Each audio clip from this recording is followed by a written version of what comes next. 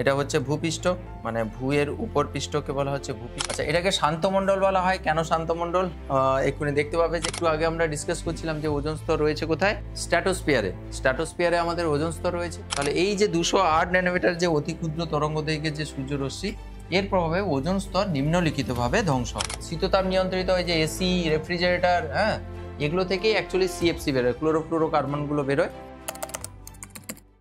Deer students, welcome to বগমিস্ট্রি, welcome to Diganta batch of class 10।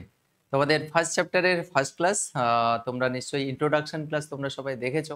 আমি সেখানে কিছু গুরুত্বপূর্ণ কথা তোমাদের সঙ্গে শেয়ার করেছি। সেখানে আমি বলেছি যে কিভাবে কি পড়ানো হবে, তোমরা কিভাবে আমাদের ক্লাসগুলো ফলো করবে এবং কিভাবে তোমরা টেস্টগুলো আমাদের দেবে, সমস্ত কিছু আমরা সেখানে ডিসকাস করেছি। তো আশা করছি তোমরা ইন্ট্রোডাকশন ক্লাস দেখে এসছো এবং আমার কথাগুলো মেনে চলবে থ্রু আউট দ্য ইয়ার। দিলে দেখবে আমরা খুব ভালো রেজাল্ট করব। তো আজকে আমাদের ফার্স্ট চ্যাপ্টার যেটা রয়েছে সেটা হচ্ছে পরিবেশের জন্য ভাবনা, ইংরেজিতে যাকে বলা হবে concern about our environment. Environment মানে হচ্ছে পরিবেশ, কনসার্ন মানে ভাবনা। তাহলে আমাদের পরিবেশ নিয়ে আমাদের এই চ্যাপ্টারটা। তো তোমাদের ক্লাস 10-এর ভৌতবিজ্ঞানের এটা ফার্স্ট চ্যাপ্টার। পরিবেশ নিয়ে আমাদের কিছু কথা এখানে রয়েছে এবং যেটা জানা দরকার। তো প্রথমের দিকে যে জিনিসগুলো রয়েছে দেখো, ওইগুলো তো খুবই বেসিক জিনিস, যেগুলো তোমরা জিওগ্রাফিতেও পড়েছো। বায়ুমণ্ডলের স্তর সম্বন্ধে ডিসকাস করা হয়েছে এবং তারপরে বায়ুমণ্ডলে এই যে স্তরগুলোতে কি কি কি কনস্টিটিউয়েন্ট এলিমেন্টগুলো রয়েছে, মানে কিভাবে ওই বায়ুমণ্ডলের স্তরগুলো কিভাবে গঠিত হয়েছে এবং ওই স্তরগুলো হচ্ছে গুরুত্বপূর্ণ যে স্তর, যেখানে ওজোন লেয়ার থাকে, সেই স্তর সম্বন্ধে আরও বেশি ডিটেলে ডিসকাস করা হয়েছে এবং ওজোন স্তর কিভাবে আমাদের জীবকুলকে কিভাবে রক্ষা করছে, আমাদের কিভাবে হেল্প করে এবং তার ক্ষয়কার্য কেন হচ্ছে এবং তাকে বাঁচানোর উপায়, এই রকম জিনিসগুলো প্রথমের দিকে রয়েছে। তো এইভাবে কিন্তু চ্যাপ্টারটা শেষ হয়েছে। পুনর্নবীকরণ শক্তি, নবীকরণ শক্তি, তো এই সকল জিনিসগুলো কিন্তু আমাদের পড়তে হবে। সাস্টেনেবল ডেভেলপমেন্টের কথা বলা হয়েছে। তো আস্তে আস্তে আস্তে আস্তে যখন আমরা চ্যাপ্টারটা প্রসিড করব তখন আমরা ধীরে ধীরে জিনিসগুলো শিখবো, ঠিক আছে? তো এখানে সুন্দর একটা ছবি দেওয়া রয়েছে। এটা হচ্ছে আমাদের মাতৃসমা পৃথিবী। আর সূর্য এখানে রয়েছে। তো ছোট্ট একটা ডায়াগ্রামের মাধ্যমে জিনিসটা রিপ্রেজেন্ট করা হয়েছে। তো প্রথমে আমরা তোমাদের বায়ুমণ্ডল সম্বন্ধে একটু হালকা একটা আইডিয়া দেব, তারপরে বায়ুমণ্ডলের যে স্তর যেগুলো রয়েছে সেগুলো সম্বন্ধে আমরা ডিসকাস করব। তো ভৌতবিজ্ঞান এবং তার পরিবেশ, ফিজিক্যাল সায়েন্স অ্যান্ড এনভায়রনমেন্ট। তো ভৌতবিজ্ঞান এবং পরিবেশ নিয়ে, মানে এই প্রথম সেকশনে কিন্তু এই জিনিসটা নিয়ে আমাদের ডিসকাস করতে হবে, ভৌতবিজ্ঞান এবং পরিবেশ। অ্যাকচুয়ালি এটাই চ্যাপ্টারের মূল বিষয়বস্তু। প্রথমে আমাদের বায়ুমণ্ডলের গঠন সম্বন্ধে একটু ডিসকাস করতে হবে। বায়ুমণ্ডলের গঠন ইংরেজিতে যাকে বলা হচ্ছে স্ট্রাকচার অফ দ্য অ্যাটমসফিয়ার। তো তোমরা ইংলিশ টার্মগুলো একটু একটু করে শিখে রাখবে। ইংলিশ টার্মগুলো তোমরা যদি শিখে রাখো তাহলে তোমাদের পরে ইংরেজির বইপত্র পড়তে সুবিধা হবে। 11-12-এ তোমরা যদি ইংলিশ ভার্সনের বই পড়ো বা নাও পড়লে এই জিনিসগুলো কিন্তু লাগবে। তুমি যখন হায়ার স্টাডি করবে তখন কিন্তু এই জিনিসগুলো লাগবে, ঠিক আছে? তো ফার্স্ট সেকশনে যেটা রয়েছে সেটা হচ্ছে বায়ুমণ্ডলের গঠন। মানে বায়ুমণ্ডল কি দিয়ে গঠিত বা বায়ুমণ্ডলের ডেফিনেশনটা কি এখানে ছোট্ট করে দেওয়া রয়েছে। বলছে যে অভিকর্ষ বলের প্রভাবে ভূপৃষ্ঠের উপরিভাগ থেকে বলয় আকারে বিস্তৃত কয়েক হাজার কিলোমিটার পর্যন্ত যে গ্যাসীয় আবরণ রয়েছে তাকে বলা হচ্ছে বায়ুমণ্ডল। দেখো, ভূপৃষ্ঠের উপরিভাগে আমরা আমরা কোথায় রয়েছি গো? আমরা এটা এটা যদি ভূপৃষ্ঠ হয়, এটা যদি ভূপৃষ্ঠ হয়, এটা পৃথিবী, এটা টোটাল হচ্ছে পৃথিবী। এটা হচ্ছে ভূপৃষ্ঠ, মানে ভূয়ের উপর পৃষ্ঠকে বলা হচ্ছে ভূপৃষ্ঠ। এগুলো হচ্ছে ভূপৃষ্ঠ, তাই না? কি কালিতে দেখাবো বোঝা যাবে। এইটা হচ্ছে ভূপৃষ্ঠ, এগুলো হচ্ছে ভূপৃষ্ঠ, তাই না? আমরা কোথায় রয়েছি? এই সকল জায়গা আমরা উপরে ভাগে রয়েছি। আমরা তো ছোটবেলায়, আমি তো আবার ভাবতাম অন্যরকম। আমি ভাবতাম পৃথিবীর মনে ভেতরে আমরা রয়েছি, উপরে মনে আকাশ টাকাশ আছে, এটা সেটা রয়েছে, আমরা ভেতরে রয়েছি, এরকম করে ভাবতাম। বিকালবেলা যখন তুমি মাঠের দিকে খেলতে বেরোবে, ঘুরতে বেরোবে, দেখবে সেখানে যেন মনে হচ্ছে যেন ওই পাশটা গিয়ে যেন এরকম ঢেকে গেছে, ওই পাশটা গিয়ে ঢেকে গেছে, ওই পাশটা ঢেকে গেছে। মানে যেরকম গামলা যেন উল্টানো রয়েছে আর কি, গামলা উল্টানো রয়েছে, তুমি তার ভেতরে বসে রয়েছে, এরকম মনে হয় না? তো আমি তো ছোটবেলায় এটাই ভাবতাম, না জানি না তোমরা কি ভাবো। আমি কিন্তু ছোটবেলায় এটাই ভাবতাম, সত্যি কথা বলছি। আমি ভাবতাম যে পৃথিবীর ভেতরে রয়েছে, বাইরে মনে হয় আকাশ টাকাশ রয়েছে, কিন্তু অ্যাকচুয়ালি আমরা কোথায় রয়েছি? আমরা কিন্তু পৃথিবীর উপরিভাগে এইরকম ভাবে রয়েছে, এই সকল জায়গায় রয়েছে। এবার তুমি বলবে স্যার আমরা এই সব জায়গায় রয়েছি, পৃথিবী তো আপনি বলছেন যে পৃথিবী তো গোল গোল করে ঘোরে। আমি বলিনি, ভূগোলে তোমরা পড়েছো যে পৃথিবী তো এরকম করে গোল গোল গোল গোল করে ঘোরে, এখানে পৃথিবী তো ঘোরে। তাহলে আমরা কেন ছিটকে পড়ে যাই না? তার কারণ কি? এটাও তোমরা ছোটবেলায় পড়েছো। কিসের জন্য? অভিকর্ষ বলের জন্য। অভিকর্ষ বলটা কি করে? অভিকর্ষ বল বা মহাকর্ষ বল আমাদের কি করে রাখে? টেনে রাখে। কারণ এই পৃথিবীর সাপেক্ষে এই যে গাছপালা, উদ্ভিদ বা হচ্ছে প্রাণী জগৎ সমস্ত কিন্তু ওর সাপেক্ষে অনেক ক্ষুদ্র। সুতরাং ওরা তীব্র মহাকর্ষ বলের মাধ্যমে ওরা কিন্তু আ এই ভূপৃষ্ঠে ওরা অ্যাটাচ থাকে। ঠিক আছে? তো এই ভূপৃষ্ঠের বাইরে আ এইরকম করে কিন্তু যে বায়বীয় আবরণটা রয়েছে এর উপরিভাগে এইরকম করে মানে তুমি এইরকম ভাবতে পারো, তুমি এইরকম জিনিসটা ভাবতে পারো। এরকম স্ফিয়ার এটা হচ্ছে পৃথিবী। এর বাইরে এরকম করে আবরণ করে রয়েছে। এর বাইরে আবরণ করে রয়েছে। হুম? একটু পরে আমি তোমাদের ছোট্ট একটা সুন্দর রিয়াল এক্সাম্পল দিয়ে তোমাদের জিনিসটা দেখাবো। তাহলে এই বায়বীয় আবরণটাকে কি বলছি আমরা? বায়ুমণ্ডল বলছি। তো এটা রিডিং মারবে পরীক্ষার জন্য ইম্পর্টেন্ট নয়। আর ফর রিডিং। ঠিক আছে? এখানে ওটাই দেখানো রয়েছে আরকি। ছোট্টু বাবু হাসছে। হ্যাঁ? আমাদের সুজি মামা হাসছে। আচ্ছা, এরপরে আমরা এই যে বায়ুমণ্ডলের কথা বললাম যে ভূপৃষ্ঠের উপরিভাগে হচ্ছে স্তর রয়েছে যেটাকে আমরা বায়ুমণ্ডল বলছি। সেই স্তর বা বায়ুমণ্ডল সম্বন্ধে আমাদের একটু ডিসকাস করতে হবে। ডিসকাস বলতে আমরা বেসিক্যালি এই যে বায়ুমণ্ডলে বিভিন্ন স্তর থাকে। হ্যাঁ? যেমনভাবে তোমাদের একটা ছোট্ট এক্সাম্পল দিই, যেরকম পেঁয়াজকে যদি কেটে দাও, মাঝখান দিয়ে যদি পেঁয়াজ কেটে দাও, দেখো পেঁয়াজকে কেটে দিলে কি হয়? এইরকম করে দেখতে হয়। তাহলে তুমি যদি খোসা ছাড়াও দেখবে এটা হচ্ছে উপরের খোসা, তারপরে এইটা খোসা, তারপরে এই খোসা, তারপরে এই খোসা। যদি ছাড়াও তাহলে কি হবে? এরকম করে ছাড়াতে মাঝখানে এই জায়গায় পৌঁছে যাবে, তাই না? তাহলে যেরকমভাবে পেঁয়াজের ভেতরে যেরকম আ মাঝখানের একটা ভেতরে একটা জিনিস থাকে, তারপরে এইটা একটা আবরণ, তারপরে এইটা একটা আবরণ, তারপরে এইটা একটা আবরণ। এইরকম করে পুরো কিন্তু ঘিরে রয়েছে কিন্তু। এরকম করে আবরণ রয়েছে। এইরকম একটা আবরণ রয়েছে দেখো, এইরকম একটা আবরণ রয়েছে, এটা একটা আবরণ, এরকম একটা আবরণ রয়েছে। তাহলে পেঁয়াজের যেরকম ভেতরে এরকম করে পরপর করে আবরণ রয়েছে, সেই রকমভাবে বায়ুমণ্ডলের ক্ষেত্রে তুমি পুরো জিনিসটাকে রিলেট করো। দেখো এই যে ভেতরের যে অংশটা, এই ভেতরের অংশটা তুমি ভাবো এইটা হচ্ছে পৃথিবী, এইটা হচ্ছে পৃথিবী, এটা হচ্ছে পৃথিবী। তারপরে আরেকটা তার বাইরে একটা আবরণ রয়েছে, তার বাইরে এরকম একটা আবরণ রয়েছে। তারপরে আবার একটা আবরণ রয়েছে, তারপরে আবার একটা আবরণ রয়েছে। তারপরে এখানে আবার একটা আবরণ রয়েছে। হুম? তারপরে আবার একটা আবরণ রয়েছে, তারপরে আবার একটা আবরণ রয়েছে। এইরকম করে পেঁয়াজের খোসার মতো এইরকম ভেতরে হচ্ছে পৃথিবী। তারপরে দেখো তুমি যদি পুরো পেঁয়াজকে যদি কোনো কারণে ছাড়াতে পারো না কেটে, পসিবল হবে না। কিন্তু যদি না কেটে যদি ছাড়াতে পারো পসিবল হবে কি? সেদ্ধ করে দিলে মনে হয় একটু না হবে কি করে গো? জানি না, হবে না। তো তার ভেতরেও কিন্তু এইরকম গোল একটা টুং করে একটা জিনিস পাবে। হ্যাঁ? মার্বেল গুটির মতো। তো সেটাই আমাদের পৃথিবী হবে। তারপরে বাইরের যে খোসাগুলো, ওইগুলো সব খোসাগুলো কি? বায়ুমণ্ডলের মতো হবে। তাই না? তো এখানেও কিন্তু সেইরকম বায়ুমণ্ডলের একেকটা স্তর রয়েছে। এখানে যেরকম পেঁয়াজের স্তর, সেখানে বায়ুমণ্ডলের স্তর রয়েছে। এখানে পেঁয়াজের স্তর বলছি, এখানে কিন্তু এই স্তরগুলোর আলাদা নাম রয়েছে। এই স্তরগুলোর নাম সম্বন্ধে তোমাদের ডিসকাস করতে হবে, মানে তোমাদের জানতে হবে এবং ওই স্তরের পার্টিকুলার স্তরের কি ইম্পোর্টেন্স রোল রয়েছে, ইম্পোর্টেন্ট রোল। কিছু সব স্তরের ইম্পোর্টেন্ট রোল নেই। কিছু স্তরের ইম্পোর্টেন্ট রোল রয়েছে। কিন্তু হ্যাঁ, প্রত্যেকটা স্তরের কিন্তু ইউনিক ক্যারেক্টার রয়েছে। তাদের নিজস্ব ধর্ম রয়েছে প্রত্যেকটা স্তরে। তার টেম্পারেচার ডিফারেন্ট হবে। হুম? বিশেষ কিছু বৈশিষ্ট্য থাকবে। তো সেগুলো সম্বন্ধে আমাদের জানতে হবে। তো শুরুতেই বলে রাখি এই যে জিনিসগুলো যেগুলো আমরা পড়বো, এই যে স্তর সম্বন্ধে ডিসকাস করবো, এখানে খুব বিশাল কিছু বোঝার নেই। তাই আমাকে রিডিংই মেরে যেতে হবে, রিডিং মারতে হবে এবং তার সঙ্গে একটু যেখানে ডিসকাসের ব্যাপার-স্যাপার রয়েছে সেগুলো ডিসকাস করে দেবে। তুমি এরকম ভাববে না স্যার শুধু তো রিডিং মেরে দিলেন। হ্যাঁ, বাবা রিডিং এর জিনিস তো মানে খুব কম বোঝার জিনিস রয়েছে তাই রিডিংই মারতে হবে। জিওগ্রাফিতে অলরেডি তুমি পড়েছো। কি পড়েছো? এই সকল স্তরগুলোর একেকটা নাম তোমরা পড়েছো। ১ম যে স্তরটা একদম যে ১ম যে এটা যদি আমি পৃথিবী ধরে নিই, এটাকে আমি ঘেঁটে দিলাম। এটা হচ্ছে আমাদের মাতৃসমা পৃথিবী। মায়ের সমান পৃথিবী, তাই তো? আচ্ছা, একটু ছোট্ট করে এইরকম করে নিই। ইয়েস।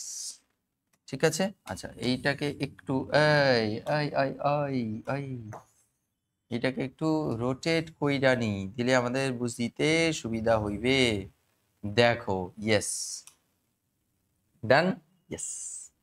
তাহলে দেখো এটা হচ্ছে আমাদের পৃথিবী, এটা হচ্ছে আমাদের পৃথিবী, এখানে হচ্ছে আমাদের পৃথিবী। তারপরে হচ্ছে ফার্স্ট আবরণ। এইটা হচ্ছে আমাদের প্রথম আবরণ, এটা হচ্ছে প্রথম আবরণ। তাহলে এখানে এটা হচ্ছে প্রথম আবরণ। তাহলে এই আবরণটাকে কি বলা হবে? ট্রোপোস্ফিয়ার বলা হবে। তাহলে প্রথম আবরণটাকে এখানে দেওয়া রয়েছে দেখো। তাহলে এখান থেকে এর যে মাঝখানে যে এই যে লেয়ারটা, এখানে পুরু লেয়ার, এখানে এতটা পুরু নেই, কিন্তু এটাও তো একটা পুরু, পুরু চামড়া, মানে খোলস গুলোও তো, পেঁয়াজের খোসাগুলোও তো ওটা একটা পুরু, যে এখানে পাতলা, এখানে অনেকটা বড় লেয়ার। এইটা হচ্ছে পুরো লেয়ার আর কি। ঠিক আছে, এটা হচ্ছে প্রথম লেয়ার। তাহলে এটা হচ্ছে আমাদের কি বাবু? এটা হচ্ছে আমাদের 1 নম্বর বাবু, মানে ট্রপোস্ফিয়ার বাবু। ঠিক আছে, ফার্স্ট লেয়ার। সেকেন্ড লেয়ারের নাম কি? স্ট্র্যাটোস্ফিয়ার বলবো। তাহলে দ্বিতীয় লেয়ার, এটা হচ্ছে দ্বিতীয় লেয়ার, আলাদা কালি করে দিচ্ছি। এটা হচ্ছে আমাদের সেকেন্ড লেয়ার বা দ্বিতীয় লেয়ার, যেটা আমরা কি বলবো? তাহলে এটা ফার্স্ট লেয়ার হয়ে গেছে, তাহলে দ্বিতীয় লেয়ার হচ্ছে স্ট্র্যাটোস্ফিয়ার। তাহলে স্ট্র্যাটোস্ফিয়ার, তাহলে ট্রপোস্ফিয়ারের পরে হচ্ছে স্ট্র্যাটোস্ফিয়ার। তাহলে এইটা হচ্ছে আমাদের স্ট্র্যাটো, তাহলে ট্রপোর উপরে হচ্ছে স্ট্র্যাটো। তাহলে এইটাকে একটু আলাদাভাবে এইরকম ডিজাইন করে দিই। এইটা হচ্ছে আমাদের স্ট্র্যাটোস্ফিয়ার, এটা হচ্ছে আমাদের স্ট্র্যাটোস্ফিয়ার। বুঝতে পেরেছো? তাহলে গ্রিনটা হচ্ছে স্ট্র্যাটোস্ফিয়ার। তারপরে আরেকটা লেয়ার রয়েছে, এইটা হচ্ছে থার্ড লেয়ার। এ তো সার্কেলের মতো থাকবে, পুরো লেয়ার তো। এও তো তুমি ঘুরে দিলে, মানে এটাকে যদি তুমি খুলে দাও, তাহলে সে এরকম তো এইরকম অর্ধগোলকের মতো হয়ে যাবে। তাহলে এটা থার্ড লেয়ার। থার্ড লেয়ার তাহলে কোনটা? মেসোস্ফিয়ার হবে। তাহলে থার্ড লেয়ার কোনটা? এটা হচ্ছে থার্ড লেয়ার, 3 নম্বর লেয়ার। 3 নম্বরটাকে বলছি মেসোস্ফিয়ার বলছি, তাই তো? তাহলে এইটা হচ্ছে মেসোস্ফিয়ার। তাহলে এইটাকে কিভাবে করব? এই রকম করে দিচ্ছি। এটা হচ্ছে মেসোস্ফিয়ার, এই যে এই অবধি, কিন্তু এই অবধি। তাহলে মেসোস্ফিয়ার হচ্ছে এইটা, এইটা হচ্ছে আমাদের মেসোস্ফিয়ার, মেসোস্ফিয়ার। হলো? আচ্ছা, নেক্সট হচ্ছে থার্মোস্ফিয়ার। তাহলে এর পরে যেটা রয়েছে এটাকে বলবো নিশ্চয়ই থার্মোস্ফিয়ার। তাহলে এই মেসোর পরে যে লেয়ারটা, মানে এই যে ডিস্টেন্সটা আর কি, এটা হচ্ছে থার্মোস্ফিয়ার। তাহলে এক্ষেত্রেও ওইটা তাহলে নিশ্চয়ই থার্মোস্ফিয়ার হবে। তাহলে এটাকে এইভাবে করে দিলাম, এটা হচ্ছে আমাদের থার্মোস্ফিয়ার, এটা হচ্ছে আমাদের থার্মোস্ফিয়ার, এটা হচ্ছে আমাদের থার্মোস্ফিয়ার। তাহলে থার্মোস্ফিয়ার বোঝা গেল। তাহলে মেসোর পরে থার্মো, তারপরে কি রয়েছে? এক্সোস্ফিয়ার রয়েছে, তারপরে এক্সোস্ফিয়ার রয়েছে। এক্সোস্ফিয়ার নিশ্চয়ই তারপরের লেয়ারটা, এখানে আরেকটা লেয়ারের শর্টেজ হয়ে যাবে। এক্সোস্ফিয়ার, তুমি বুঝতে পারছো এক্সোস্ফিয়ার তাহলে কোনটা হবে? এর পরের লেয়ারটা, এটা হবে নিশ্চয়ই আমাদের এক্সোস্ফিয়ার, এটা হবে আমাদের এক্সোস্ফিয়ার। তাহলে এইভাবে এক্সোস্ফিয়ারের পরে আরেকটা লেয়ার রয়েছে, যেটাকে আমরা ম্যাগনেটোস্ফিয়ার বলবো। তারপরে এর পরে আবার একটা লেয়ার ছিল, যেটা আমাদের এখানে নেই, সেটা হচ্ছে ম্যাগনেটোস্ফিয়ার হবে। এটা হচ্ছে আমাদের ম্যাগনেটোস্ফিয়ার। এটা বুঝতে পেরেছো? তাহলে এইভাবে কিন্তু পেঁয়াজের খোসার সঙ্গে রিলেট করে আমরা কিন্তু সমস্ত জিনিসটাকে বুঝে নিলাম। এই যে troposphere, stratosphere, magnetosphere, thermosphere, exosphere, আর লাস্টে হচ্ছে ম্যাগনেটোস্ফিয়ার। ঠিক আছে তো? হ্যাঁ, এক্সোস্ফিয়ারের পরে ম্যাগনেটোস্ফিয়ার এখানে রয়েছে, এখানে নেই। এখানে কিন্তু এটা ম্যাগনেটোস্ফিয়ার হবে। এটা কিন্তু ম্যাগনেটোস্ফিয়ার, ম্যাগনেটোস্ফিয়ার। এটা হচ্ছে আমাদের ম্যাগনেটোস্ফিয়ার। ঠিক আছে?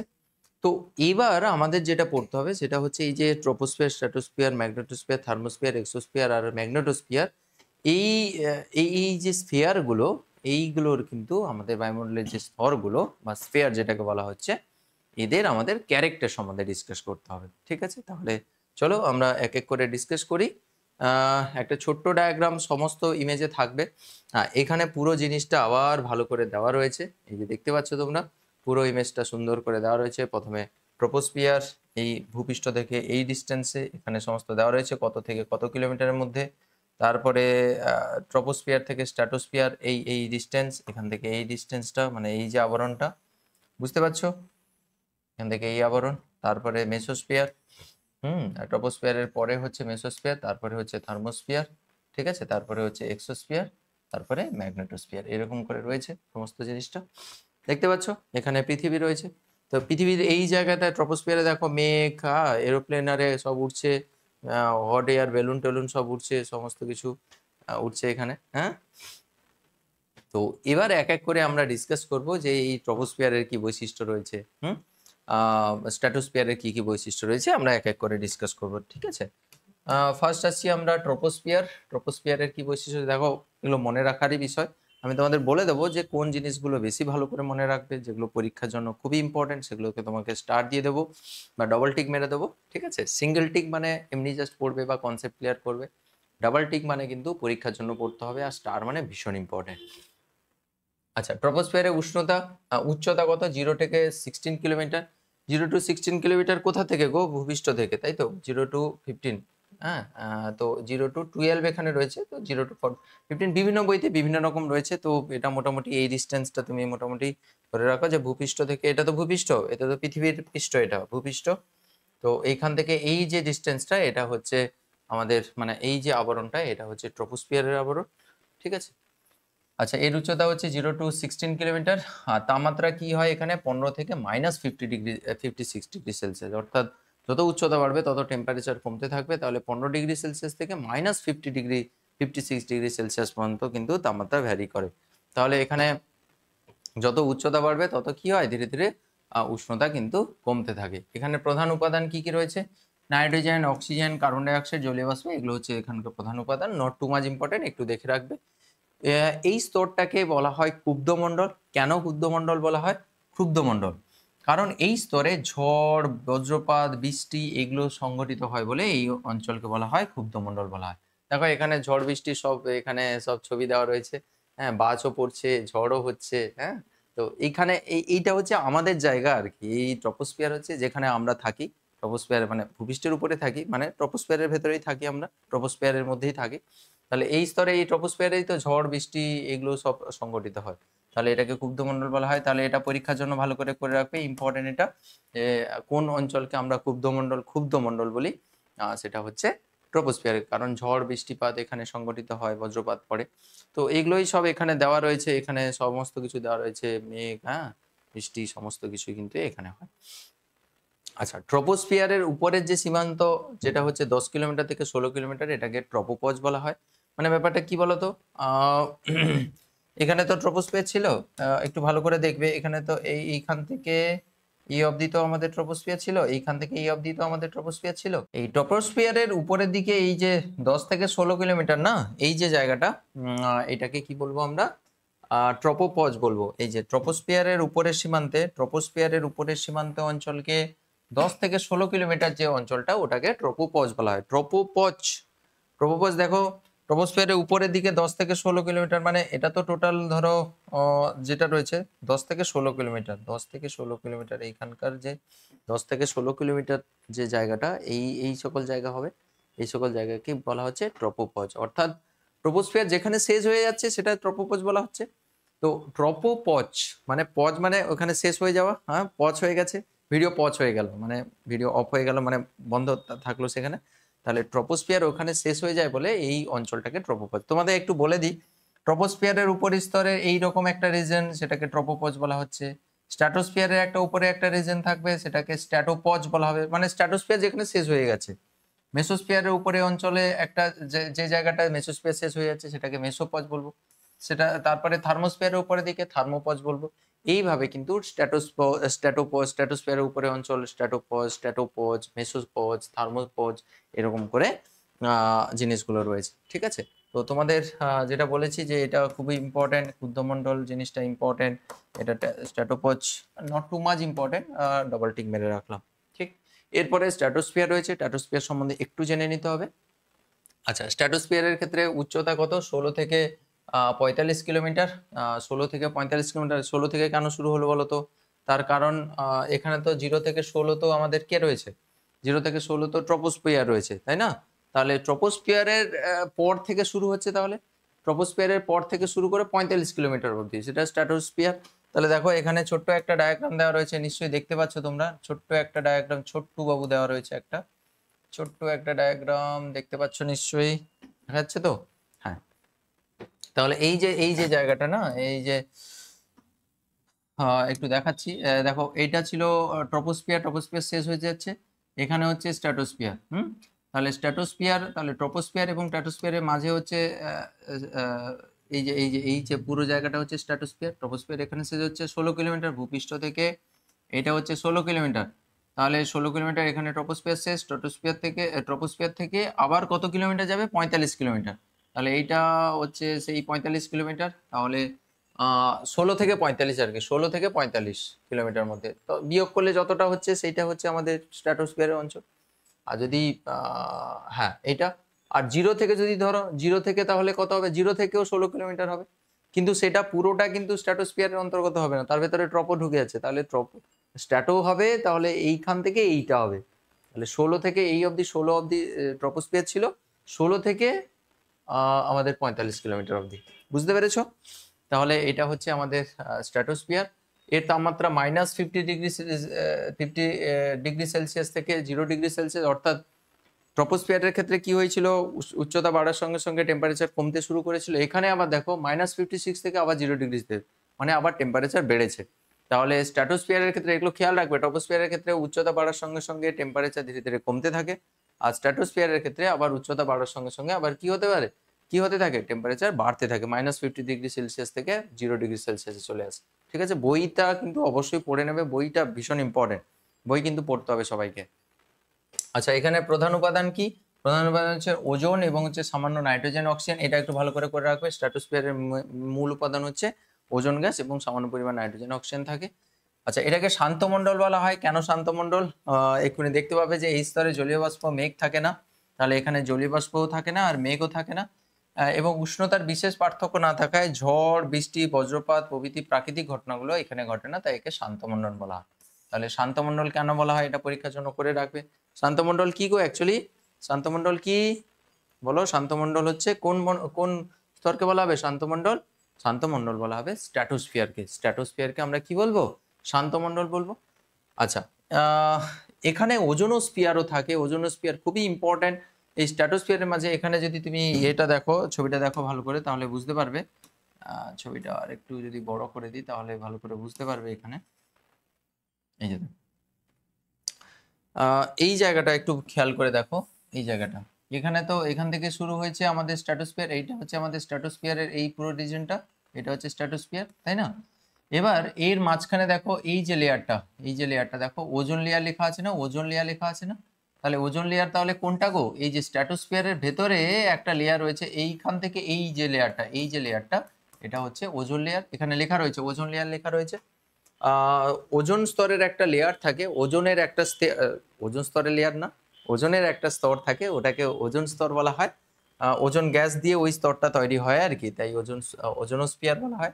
তাহলে এই স্ট্র্যাটোস্ফিয়ারে ভূপৃষ্ঠের সাপেক্ষে প্রায় 15 থেকে 35 কিলোমিটার পর্যন্ত বিস্তৃত স্ট্র্যাটোস্ফিয়ার অঞ্চলে বায়ুমণ্ডলের ওজোন গ্যাস সমৃদ্ধ যে স্তর থাকে তাকে ওজোন স্তর বা ওজোনোস্ফিয়ার বলা হয়। তাহলে ভূপৃষ্ঠের সাপেক্ষে প্রায় 15 থেকে 35 কিলোমিটার পর্যন্ত, ভূপৃষ্ঠ থেকে মানে প্রায় স্ট্র্যাটোস্ফিয়ার প্রায় শেষ হচ্ছে আর কি যেখান থেকে, তাহলে সেখান থেকে শুরু করে 35 কিলোমিটার পর্যন্ত, 35, তাহলে এইখান থেকে শুরু করে প্রায় 35 কিলোমিটার, তাহলে এই সকল জায়গায় হবে আর কি। এটা হচ্ছে ওজোনোস্ফিয়ার, এটা হচ্ছে ওজোনোস্ফিয়ার। তাহলে ভূপৃষ্ঠ থেকে শুরু করে প্রায় 35 কিলোমিটার পর্যন্ত, মানে ভূপৃষ্ঠের সাপেক্ষে 15 থেকে 35 কিলোমিটার, 15 থেকে 35 কিলোমিটার এই যে মধ্যে যে লেয়ারটা, এটাকে আমরা কি ওজোন গ্যাস সমৃদ্ধ হওয়ার জন্য একে ওজোনোস্ফিয়ার বলি। ঠিক আছে। আচ্ছা, জেট বিমানগুলি এই স্তরে চলাচল করে, খুব ইম্পর্টেন্ট, এইটা কিন্তু শর্ট কোশ্চেনের জন্য ভীষণ ইম্পর্টেন্ট। তাহলে জেট বিমান কোন স্তরে চলাচল করে? স্ট্র্যাটোস্ফিয়ারে হচ্ছে জেট বিমান চলাচল করে। আর ওজোনোস্ফিয়ার কোথায় থাকে? ওজোন গ্যাসের স্তর কোথায় থাকে? স্ট্র্যাটোস্ফিয়ারে থাকে। এগুলো শর্ট কোশ্চেনের জন্য ভীষণ ইম্পর্টেন্ট। ঠিক আছে। আচ্ছা, এখানে জেট বিমান চালাচ্ছে, চালাচ্ছে। আচ্ছা, স্ট্র্যাটোপজ কোনটা? স্ট্র্যাটোপজ আমরা বলেছি স্ট্র্যাটোস্ফিয়ারের ঊর্ধ্বসীমাকে স্ট্র্যাটোপজ বলা হবে। আমরা বলেছি যে প্রত্যেকটা স্তরের ঊর্ধ্বসীমাকে আমরা কি বলবো? পচ বলবো। ওরই পচ, ও ওখানে শেষ হচ্ছে তাই ওটারই পচ বলবো। ঠিক, মনে থাকবে। নেক্সট, এরপরে হচ্ছে মেসোস্ফিয়ার। মেসোস্ফিয়ার স্ট্র্যাটোস্ফিয়ারের উপরে হচ্ছে মেসোস্ফিয়ার। এর উচ্চতা 45 কিলোমিটার থেকে 85 কিলোমিটার, মানে স্ট্র্যাটো যেখানে শেষ হচ্ছে তারপর থেকে শুরু করে 85 কিলোমিটার অবধি যাবে আর কি। তাহলে স্ট্র্যাটো যদি এখানে শেষ হয় তাহলে এখান থেকে 85 কিলোমিটার, এখান থেকে 85 কিলোমিটার। ঠিক আছে, এটা হচ্ছে মেসোস্ফিয়ার। তাপমাত্রা 0 থেকে 92 ডিগ্রি সেলসিয়াস, -92 ডিগ্রি সেলসিয়াস, মানে আবার উচ্চতা বাড়ার সঙ্গে সঙ্গে আবার টেম্পারেচার কমতে থাকছে এবং কমে -92 ডিগ্রি সেলসিয়াস, মানে খুবই নিম্ন উষ্ণতা যুক্ত এই স্তরটা। তাহলে সবচেয়ে নিম্নতর স্তর, তাহলে মানে সবচেয়ে মানে কম উষ্ণতার স্তরটা হচ্ছে তাহলে এই মেসোস্ফিয়ার, -92 ডিগ্রি সেলসিয়াস, যেটা কিন্তু অনেকখানি কম। আচ্ছা, প্রধান উপাদান এখানে কি রয়েছে? N2, O2, nitrogen, oxygen, O2+, NO+, হ্যাঁ, এই সকল যে দেখো ক্যাটায়ন গুলো কিন্তু এখানে উপস্থিত থাকে, এগুলো একটু ভালো করে দেখে রাখবেন, প্রধান উপাদানগুলো একটু দেখে রাখবে। আচ্ছা, মেসোস্ফিয়ারের উপরের স্তরটাকে বলা হবে মেসোপজ।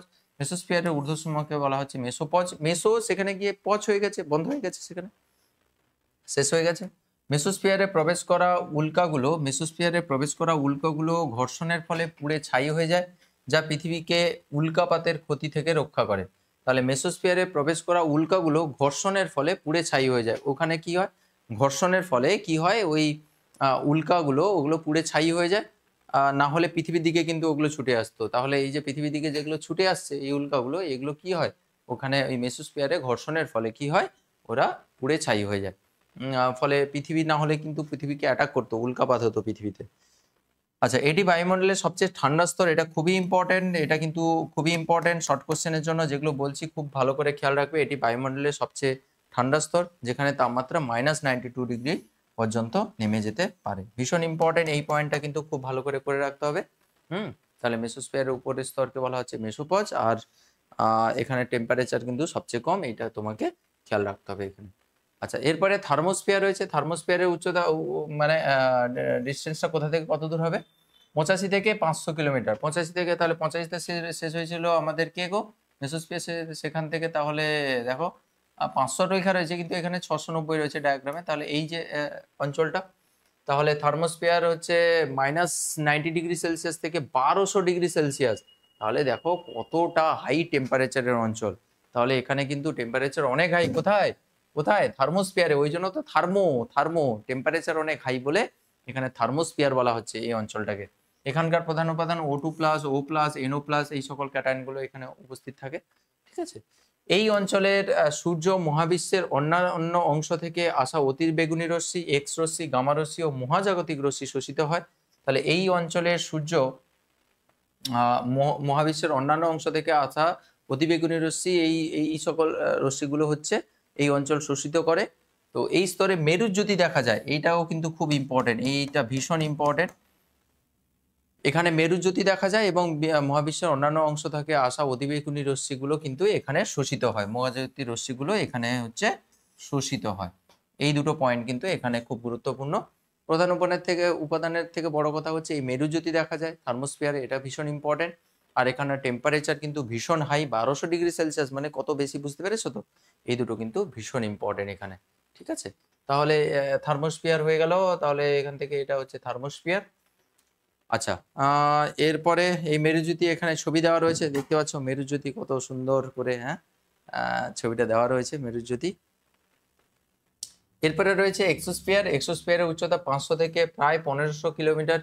তাহলে যেখানে শেষ হচ্ছিল আমাদের থার্মোস্ফিয়ার, সেখান থেকে শুরু হয়ে প্রায় 1500 কিলোমিটার। এই ডিস্টেন্সগুলো অতটা লাগে না পরীক্ষার জন্য, একটু জাস্ট দেখে রাখবে। তাপমাত্রা 1200 থেকে 1600, বাপরে বাপ, এর থেকে আরো বেশি টেম্পারেচার, মানে থার্মোস্ফিয়ারের থেকে আরো বেশি টেম্পারেচার, প্রায় 1200 থেকে 1600 ডিগ্রি সেলসিয়াস। প্রধান উপাদান হিলিয়াম এবং হাইড্রোজেন। প্রধান উপাদানটা ভালো করে রাখতে হয় এক্সোস্ফিয়ারে।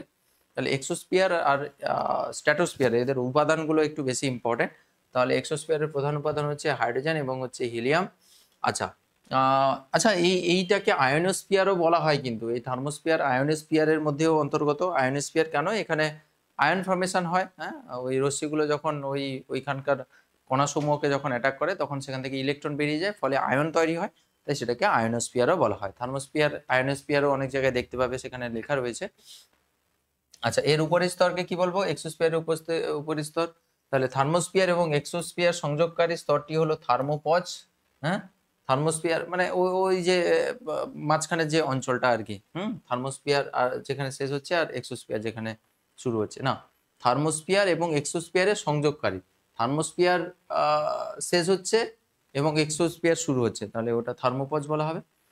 যেটা তো আমরা বলেছিলাম থার্মোস্ফিয়ারের উপরে, তো ওটা থার্মোপজ বলা হবে। কৃত্রিম উপগ্রহ, মহাকাশ স্টেশন এই স্তরে অবস্থান করে, খুবই ইম্পর্টেন্ট কথা, এটা কিন্তু ভীষণ ইম্পর্টেন্ট। কোথায় কি জিনিসপত্র, স্পেশাল জিনিসপত্র হয়, সেগুলো কিন্তু খুব ইম্পর্টেন্ট। এখানে মহাকাশ স্টেশনের একটা ছবি দেওয়া রয়েছে। তাহলে এই কৃত্রিম উপগ্রহ, মহাকাশ স্টেশন কোথায় থাকে, সবই কিন্তু এই এক্সোস্ফিয়ারে অবস্থান করে। মনে রাখার জিনিস, মুখস্থ করার জিনিস, নট টু মাচ ইম্পর্টেন্ট, কিন্তু মানে এই ছোট কোশ্চেনগুলো আসতে পারে। এগুলো যেগুলো স্টার মারছি, এগুলো কিন্তু একটু স্টার মেরে নেবে বইতে, এগুলো আসতে পারে পরীক্ষায়। আর বোঝানোর কি রয়েছে বলো, যা রয়েছে সেগুলোকে বলে দিতে হচ্ছে, আর কিছুই নয়। আচ্ছা, এবার হচ্ছে ম্যাগনেটোস্ফিয়ার। ম্যাগনেটোস্ফিয়ার কোথায় থাকে? এক্সোস্ফিয়ারের উপর থেকে বায়ুমণ্ডলের শেষ সীমা পর্যন্ত এটা হচ্ছে এক্সোস্ফিয়ার। তাহলে একদম লাস্টে লাস্টে একেবারে যেটা রয়েছে সেটা হচ্ছে এক্সোস্ফিয়ার রয়েছে। তো তাপমাত্রা এখানে 1600 ডিগ্রির থেকেও বেশি হয়, তাহলে টেম্পারেচার কিন্তু আরও বাড়তে পারে। আর সবচেয়ে কম কোথায় হয় গো? ওই -92 ডিগ্রি সেলসিয়াস। কোথায় এটা? -92 ডিগ্রি সেলসিয়াস। -92 ডিগ্রি সেলসিয়াস এটা হচ্ছে মেসোস্ফিয়ার। তাহলে টেম্পারেচার সবচেয়ে কম হচ্ছে -92 মেসোস্ফিয়ারে, আর সবচেয়ে বেশি হচ্ছে ম্যাগনেটোস্ফিয়ারে। ঠিক আছে, হয়ে গেল। এরপরে যেটা আসছি সেটা হচ্ছে বায়ুমণ্ডলের গঠন অনুসারে বায়ুমণ্ডলের স্তরবিন্যাস। তাহলে বায়ুমণ্ডলের রাসায়নিক গঠন অনুসারে রাসায়নিকভাবে কি কি উপাদান, মানে রাসায়নিক কি কি উপাদান দিয়ে বায়ুমণ্ডল গঠিত হয়, তার বেসিসে আমরা দুটি ভাগে ভাগ করতে পারি। তার বেসিসে আমরা বায়ুমণ্ডলকে দুটি ভাগে বানাই। তার কম্পোনেন্ট কি, এটা যেটা আমরা ভাগ করলাম, এটা কিসের বেসিসে ভাগ করলাম? উচ্চতা। উচ্চতার বেসিসে আমরা বেসিক্যালি এখানে ক্লাসিফাই করলাম। উচ্চতার বেসিসে আমরা বেসিক্যালি এখানে উচ্চতা এবং উষ্ণতার তারতম্যের বেসিসে আমরা ক্লাসিফাই করলাম। এখন যেটা ক্লাসিফিকেশন হবে সেটা হচ্ছে রাসায়নিক কি উপাদানগুলো রয়েছে। রাসায়নিক উপাদান কি, হ্যাঁ, বায়ুমণ্ডলের স্তরগুলোতে কি কি জিনিসপত্র দিয়ে রয়েছে, রাসায়নিক পদার্থ দিয়ে রয়েছে, তার বেসিসে আমরা ক্লাসিফাই করব। টোটাল দুটো ভাগে ভাগ করা যায়। একটা হচ্ছে সমমণ্ডল, যেটাকে হোমোস্ফিয়ার বলা হয়, আর একটা হচ্ছে বিষমমণ্ডল, যেটাকে হেটেরোস্ফিয়ারও বলা হয়। সমমণ্ডল, হোমো মানে সম, হোমোনিউক্লিয়ার ডায়াটমিক মলিকুল মানে সমনিউক্লিয়ার। O2 N2 এগুলো দুটো সেম পরমাণু নিয়ে গঠিত, তাই হোমোনিউক্লিয়ার বলা হয়। হোমোস্ফিয়ার মানে সমমণ্ডল। তাহলে সমমণ্ডল মানে কেন একে সমমণ্ডল বলছে, হেটেরোস্ফিয়ারকে কেন হেটেরো বলা হচ্ছে, বিষম কেন বলা হচ্ছে? কিছুই নয়, সমমণ্ডলের ক্ষেত্রে তার বায়ুমণ্ডলের উপাদানগুলো সব দিকে মোটামুটিভাবে উপাদানগুলোর হচ্ছে রেশিও বা অনুপাত মোটামুটি একই রকম থাকে, তাই সেটা সমমণ্ডল। বিষমমণ্ডলের ক্ষেত্রে তার সমস্ত অঞ্চল জুড়ে মানে বিষমমণ্ডলে যারা যারা রয়েছে, যে সকল স্তরগুলো রয়েছে, তাদের উপাদান কণাগুলোর হচ্ছে অনুপাত সব জায়গায় একই রকম থাকে না, তাই সেটা বিষমমণ্ডল। তাহলে পুরো ডিটেলে আসছি। একটা হচ্ছে সমমণ্ডল, যেটাকে হোমোস্ফিয়ার বলা হচ্ছে, যে বায়ুমণ্ডলের যে স্তরে বা অঞ্চলে বিভিন্ন উপাদানগুলি সর্বত্র মোটামুটি সমান অনুপাতে ছড়িয়ে থাকে, তাকে সমমণ্ডল বলা হয়। তাহলে যে স্তরে বিভিন্ন উপাদানগুলি সর্বত্র সমান অনুপাতে ছড়িয়ে থাকে, কথাটা বুঝতে পেরেছো? তাহলে বায়ুমণ্ডলের যে স্তরে বিভিন্ন উপাদানগুলো সর্বত্র যদি সমানভাবে যদি ছড়িয়ে থাকে, তখন সেটা সমমণ্ডল হবে। সব দিকে সমানভাবে ছড়িয়ে রয়েছে বলেই সমমণ্ডল বলা হচ্ছে। তাহলে এদের এই ক্যাটাগরিতে কোন কোন স্তরগুলো পড়বে? সমমণ্ডলে কারা কারা অন্তর্গত? এটা হচ্ছে ট্রপোস্ফিয়ার, স্ট্র্যাটোস্ফিয়ার আর মেসোস্ফিয়ার। প্রথম যে তিনটে রয়েছে এগুলো সব সমমণ্ডলের আন্ডারে পড়ছে। ট্রপোস্ফিয়ার, স্ট্র্যাটোস্ফিয়ার আর একটা হচ্ছে মেসোস্ফিয়ার। এই তিনটে হচ্ছে সমমণ্ডলের আন্ডারে পড়ছে। তার কারণ এই তিনটে যে বায়ুমণ্ডলের স্তরে দেখবে যে রাসায়নিক উপাদানগুলো যেগুলো নিয়ে তৈরি, সেই উপাদানগুলি সব দিকে সমানভাবে ছড়িয়ে রয়েছে, তাই সমমণ্ডল বলা হচ্ছে। আর বিষমমণ্ডলের ক্ষেত্রে কি হবে? বিষমমণ্ডল বা হেটেরোস্ফিয়ার বলা হচ্ছে। হেটেরোস্ফিয়ারের ক্ষেত্রে কি হবে? আয়নোস্ফিয়ার বা এক্সোস্ফিয়ার এবং ম্যাগনেটোস্ফিয়ার, এদের উপাদানগুলি সর্বত্র সমান অনুপাতে থাকে না, এই অঞ্চলগুলিকে বিষমমণ্ডল বলা হয়। তাহলে বিষমমণ্ডল যেমন হচ্ছে আয়নোস্ফিয়ার এবং হচ্ছে আয়নোস্ফিয়ার বা হচ্ছে এক্সোস্ফিয়ার। আয়নোস্ফিয়ারের মধ্যে কিন্তু ওই থার্মোস্ফিয়ার যা আয়নোস্ফিয়ার একই কিন্তু, আয়নোস্ফিয়ার বা এক্সোস্ফিয়ার এবং হচ্ছে ম্যাগনেটোস্ফিয়ার। তাহলে এই সকল উপাদান, এটা বা হবে না, ও আয়নোস্ফিয়ার, এক্সোস্ফিয়ার এবং ম্যাগনেটোস্ফিয়ার, মানে আর যে বাকিগুলো যেগুলো রয়েছে। আয়নোস্ফিয়ার মানে থার্মোস্ফিয়ার কিন্তু একই জিনিস। তাহলে আয়নোস্ফিয়ার বা থার্মোস্ফিয়ার, এক্সোস্ফিয়ার ও ম্যাগনেটোস্ফিয়ারের উপাদানগুলি, মানে এই স্তরের যে উপাদানগুলো রয়েছে, যে সকল কনস্টিটিউয়েন্ট যে এলিমেন্টগুলো যেগুলো রয়েছে বা আয়ন যেগুলো রয়েছে, কনস্টিটিউয়েন্ট পার্টিকেল যেগুলো রয়েছে, মানে গঠনকারী যে উপাদান, ওই বায়ুমণ্ডলে তো গঠনকারী উপাদানগুলো রয়েছে, কোথায় N2 রয়েছে, কোথায় O2, কোথায় হিলিয়াম, কোথায় NO+ রয়েছে। এই গঠনকারী উপাদানগুলোর মোটামুটি বায়ুমণ্ডলের সমস্ত স্থান জুড়ে মোটামুটি একই যদি অনুপাতে থাকে, সর্বত্র যদি সমানভাবে যদি ছড়িয়ে থাকে, তখন সেটাকে, মানে ছড়িয়ে যদি না থাকে তখন সেটাকে বলবো বিষমমণ্ডল বা হেটেরোস্ফিয়ার। ঠিক আছে, মনে থাকবে। এবার হচ্ছে উচ্চতা ভেদে চাপের তারতম্য। আমরা মোটামুটি যেটা শিখলাম সেটা হচ্ছে ক্লাসিফিকেশন আমরা পড়লাম, বায়ুমণ্ডলের স্তর বিন্যাস পড়লাম। বায়ুমণ্ডলের স্তর বিন্যাসের মধ্যে আমরা প্রথমে উচ্চতা এবং উষ্ণতার বেসিসে আমরা স্তর বিন্যাস করলাম। কি করলাম? ট্রপোস্ফিয়ার, স্ট্র্যাটোস্ফিয়ার, তারপর কি মেসোস্ফিয়ার, তারপর হচ্ছে thermosphere, magnetosphere troposphere, stratosphere, mesosphere, thermosphere, exosphere আর ম্যাগনেটোস্ফিয়ার। আমারও সব পরপর মনে থাকে না। তো না, মনে থাকবে না কেন, মনে থাকবে, অবশ্যই মনে থাকবে।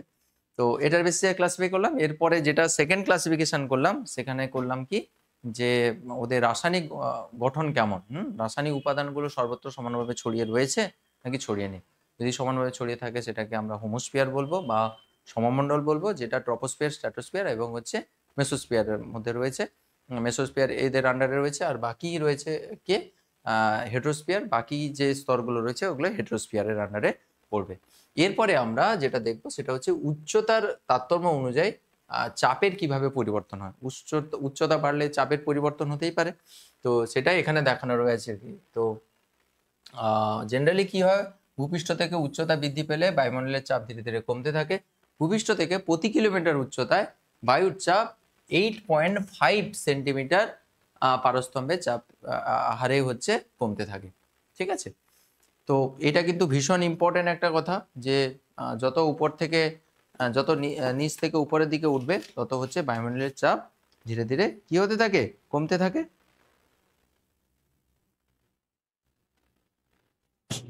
ঠিক আছে, তাহলে বায়ুমণ্ডলের চাপ কি হতে থাকে, উচ্চতা যত বাড়বে তত বায়ুমণ্ডলের চাপ ধীরে ধীরে কমতে থাকে। এখানে এই যে রেটটা দেওয়া রয়েছে এটা কিন্তু ভীষণ ইম্পর্টেন্ট। এই প্রতি কিলোমিটার উচ্চতায় বায়ুর চাপ এত 8.5 সেন্টিমিটার পারস্তম্ভ, মানে সেন্টিমিটার এইচজি, 8.5 সেন্টিমিটার মার্কারি। ঠিক আছে, মিলিমিটার মার্কারি যদি হয় মানে কি হবে, আরো 10 দিয়ে গুণ হয়ে যাবে, মানে 85 mmHg হবে। পারস্তম্ভ চাপের সঙ্গে সমান হবে, মিলিমিটার পারস্তম্ভ চাপের সমান হবে। ভূপৃষ্ঠ থেকে প্রায় 100 কিলোমিটার উচ্চতায় কি হবে, বায়ুর চাপ 10⁻6 হবে। কি করে, এই উচ্চতা বাড়লে তো বায়ুর চাপ কমতে থাকে, এই 10⁻6 হবে গো, এই কত বড় ভুল দেখেছো, 10⁻6 হয়ে যায়, 10⁻6। তাহলে ভূপৃষ্ঠ থেকে প্রায় 100 কিলোমিটার উচ্চতায় বায়ুর চাপ 10⁻6 বায়ুমণ্ডলীয় চাপের সমান হয়, অনেকটা কমে যায়, তাই না? তো এটা খেয়াল রাখতে হবে, সবচেয়ে বেশি ইম্পর্টেন্ট এই লাইনটা। আমি প্রত্যেকটা লাইন আমি বলে দিচ্ছি কোন লাইনগুলো বেশি গুরুত্ব দিতে হবে। এই লাইন ধরে ধরে কিন্তু পরীক্ষায় কোশ্চেন আসে। তাহলে উচ্চতা বাড়ালে হচ্ছে বায়ুর চাপ কমতে থাকে, কতটা কমেছে এটা সেখানে বলা হয়েছে। ঠিক আছে, আচ্ছা, নোট দেওয়া রয়েছে এখানে যে উচ্চতার সঙ্গে বায়ুমণ্ডলের চাপের বায়ুমণ্ডলের তাপমাত্রার পরিবর্তনের হারকে ল্যাপস রেট বলা হয়। উচ্চতার সঙ্গে বায়ুমণ্ডলের যে তাপমাত্রা পরিবর্তনকে এটাকে কি বলা হবে, ল্যাপস রেট বলা হবে, ল্যাপস রেট বলা হবে।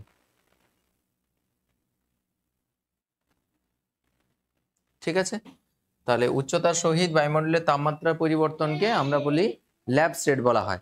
ঠিক আছে, তাহলে এটা হচ্ছে ল্যাপস রেট, এটা একটু খেয়াল রাখবে, পরীক্ষা আসতে পারে যে ল্যাপস রেট বলতে কি বোঝো, ল্যাপস রেট বলতে কি বোঝো, এটা কিন্তু পরীক্ষার জন্য ভীষণ ইম্পর্টেন্ট।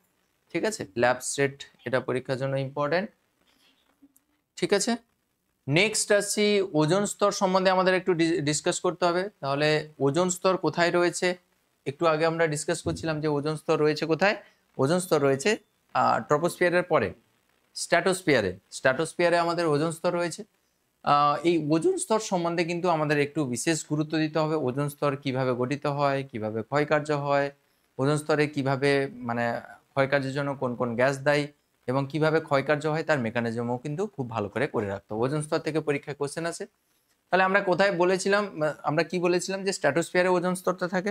স্ট্র্যাটোস্ফিয়ার যেখান থেকে শুরু হচ্ছে সেখান থেকে কিছুটা দূরত্ব, কতটা দূরত্ব আমরা বলেছিলাম যে স্ট্র্যাটোস্ফিয়ারের নিম্ন অঞ্চল থেকে ভূপৃষ্ঠের সাপেক্ষে 15 থেকে 35 কিলোমিটার।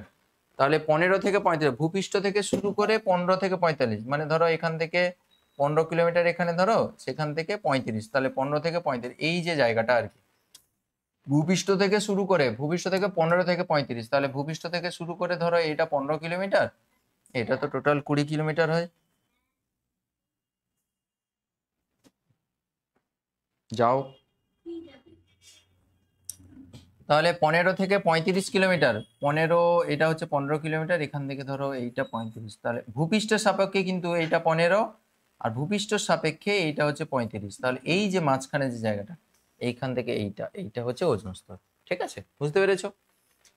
তাহলে স্ট্র্যাটোস্ফিয়ারের নিম্ন অঞ্চলে ভূপৃষ্ঠের সাপেক্ষে 15 থেকে 35 কিলোমিটার উচ্চতায় যে ওজোন গ্যাসের আবরণ পৃথিবীকে ঘিরে আছে তাকে বলা হচ্ছে ওজোন স্তর বা ওজোনোস্ফিয়ার বলা হয়। তাহলে ওজোনোস্ফিয়ার বলতে কি বোঝো, পরীক্ষায় আসতে পারে, ভীষণ ইম্পর্টেন্ট কিন্তু এই ওজন থেকে পরীক্ষায় কোশ্চেন আসে। ওজোনোস্ফিয়ার বলতে কি বোঝো? আর 20 কিলোমিটার উচ্চতায় 10 ডিগ্রি উত্তর অক্ষাংশে ওজোন স্তরের ঘনত্ব হচ্ছে সর্বাধিক, এটাও তোমাকে খেয়াল রাখতে হবে। তাহলে কোন অক্ষাংশে ওজোন স্তরের ঘনত্ব সর্বাধিক, শর্ট কোশ্চেন আসতে পারে, শূন্যস্থান পূরণে আসতে পারে। যে 20 কিলোমিটার উচ্চতায়, মানে ভূপৃষ্ঠের সাপেক্ষে 20 কিলোমিটার উচ্চতায়, ভূপৃষ্ঠ থেকে শুরু করে 20 কিলোমিটার উচ্চতায় 10 ডিগ্রি উত্তর অক্ষাংশে ওজোন স্তরের ঘনত্ব সর্বাধিক হয়। এখানে ওজোন স্তরের ঘনত্ব 450 ডিইউ। ডিইউ হচ্ছে ডপসন ইউনিট বলা হয়, ডপসন ইউনিট। ডপসন ইউনিট কিসের ইউনিট? এটা হচ্ছে ওজোন স্তরের ঘনত্ব পরিমাপের ইউনিট। ভীষণ ইম্পর্টেন্ট, পরীক্ষার জন্য খুব ভালো করে রাখবে এই ডপসন ইউনিট। এই ডপসন হচ্ছে কিসের ইউনিট?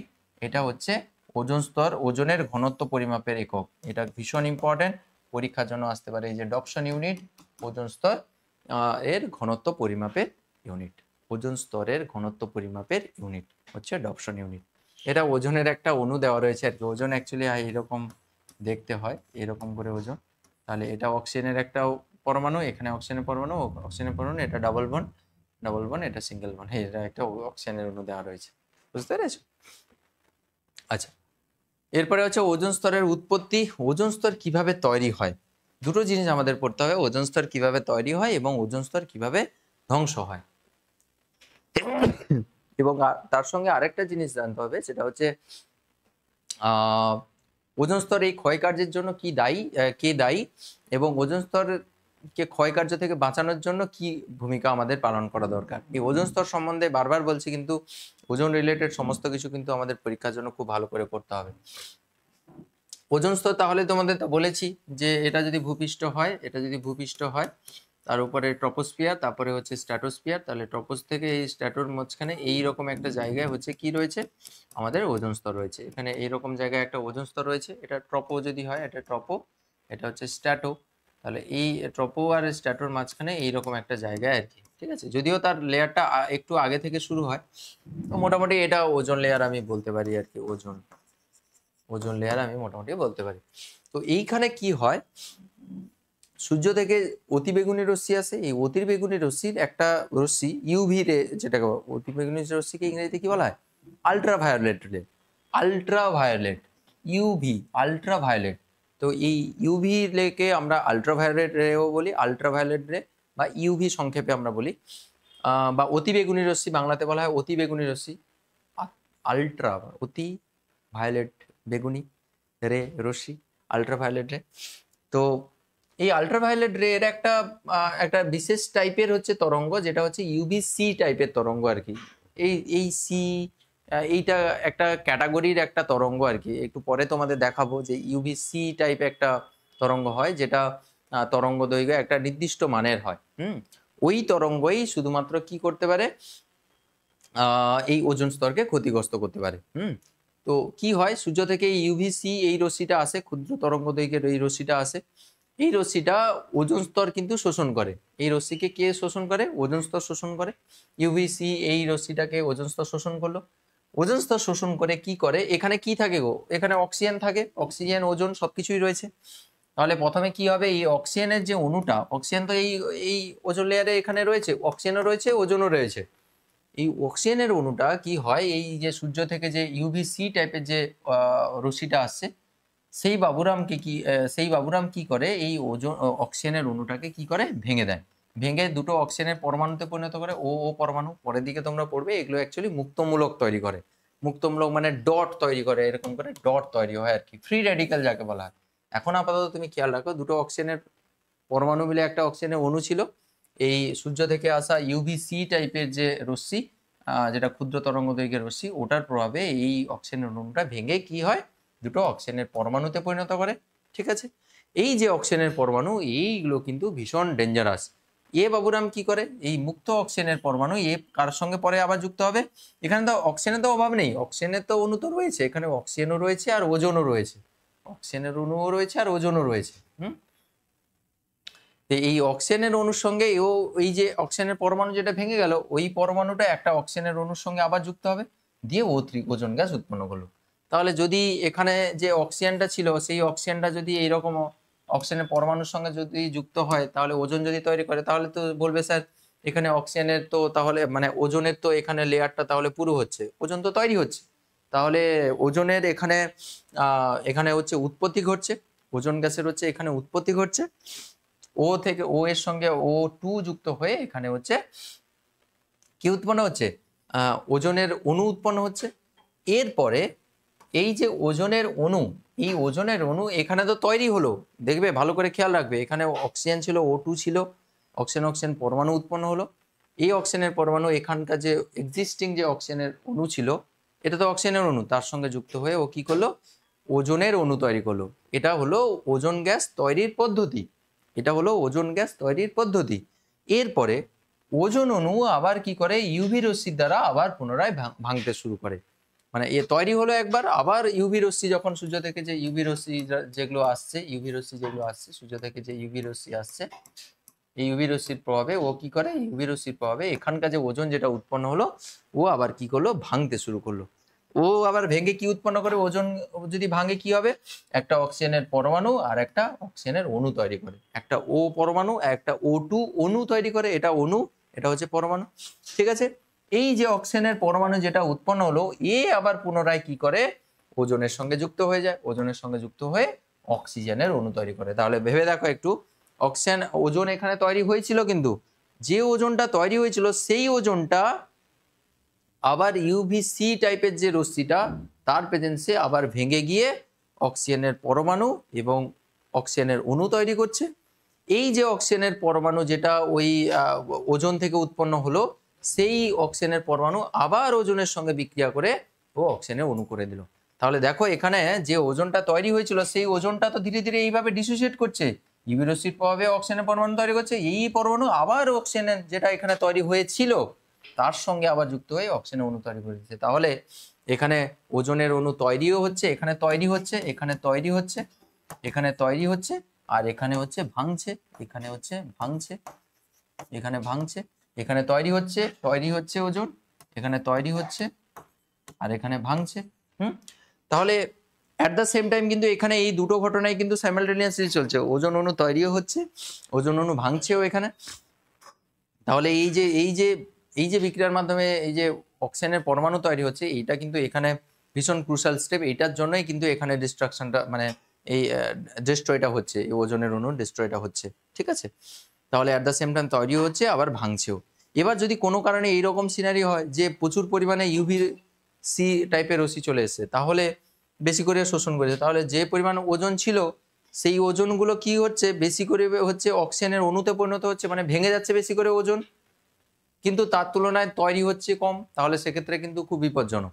কেন বিপজ্জনক একটু পরে বলবো তোমাদের, যে যদি এই ভাঙনটা যদি বেশি হারে হয়ে যায়, কার তুলনায়, এই যেটাতে তৈরি হচ্ছে, তৈরির তুলনায়, ওজন তৈরির তুলনায় যদি ওজন দ্রুত গতিতে হচ্ছে ভাঙে যদি, তাহলে কিন্তু সেখানে সমস্যা।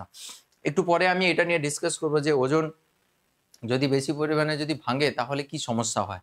হ্যাঁ, তো এইটা তুমি মাথায় রাখো আপাতত, যে এই যে ইউভিসি, এই যে রশ্মিটা, এটা সূর্য থেকে আসে, এবং এই ইউভিসি, এই যে ইউভিসি, এই রশ্মিটা কিন্তু খুব ক্ষতিকর, আমাদের চামড়ার জন্য খুব ক্ষতিকর, জীবজগতের জন্য ভীষণ ক্ষতিকর। তাহলে এবার তো তুমি বুঝতে পেরে গেছো যে যদি এই রশ্মিটা যদি এইখানে যদি এসে এই ওজোন স্তর যদি দ্বারা যদি না শোষিত হতো, তাহলে কি হতো, এই রশ্মিটা পুরোপুরি কি হতো, এই রশ্মিটা পুরোপুরি এখান থেকে একদম ভূপৃষ্ঠে চলে আসতো।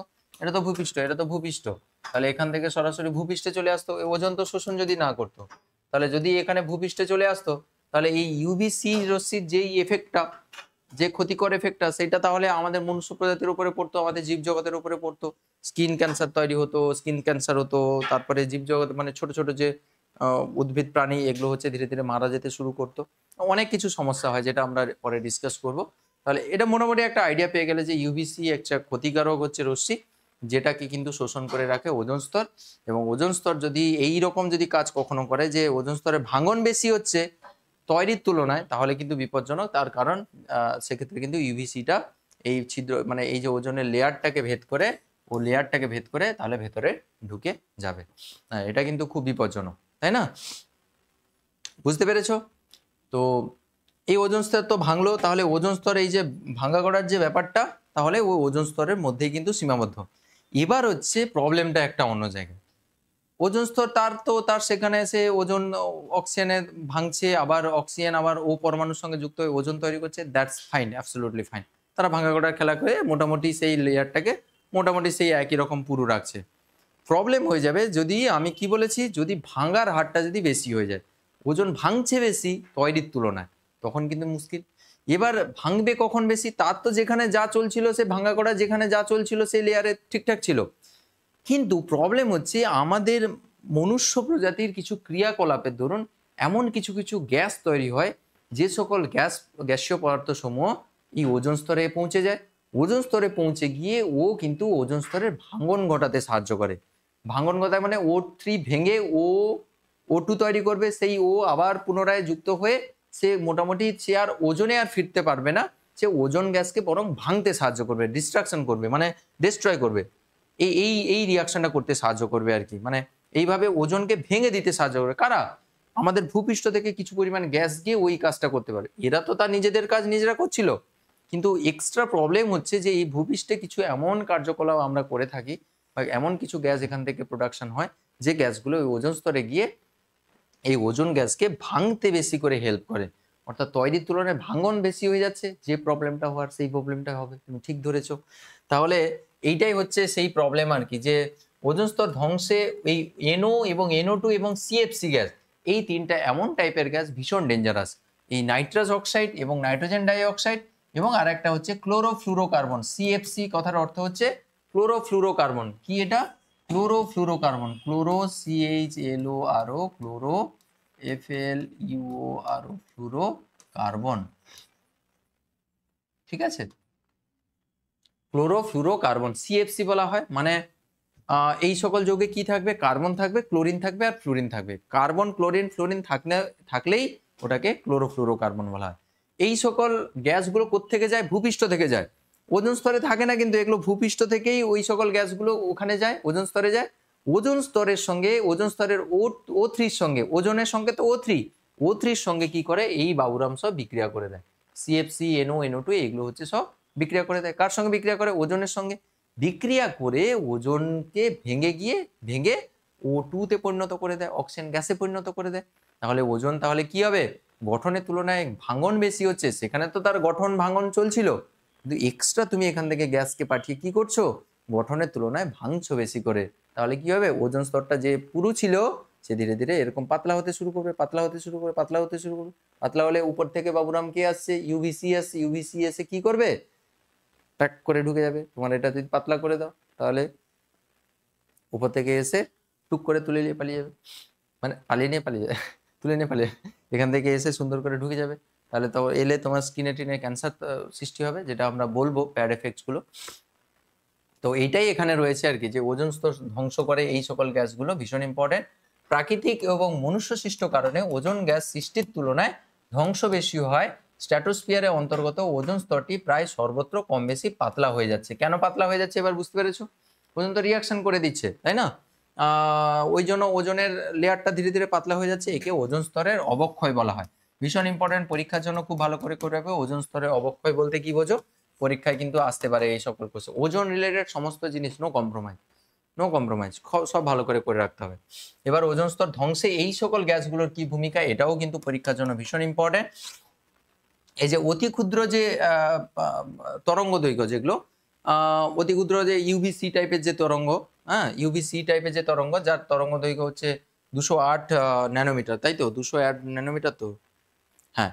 ইউভিসি টাইপের যে তরঙ্গ, এটা হচ্ছে 200 থেকে 280 ন্যানোমিটারের মধ্যে আর কি।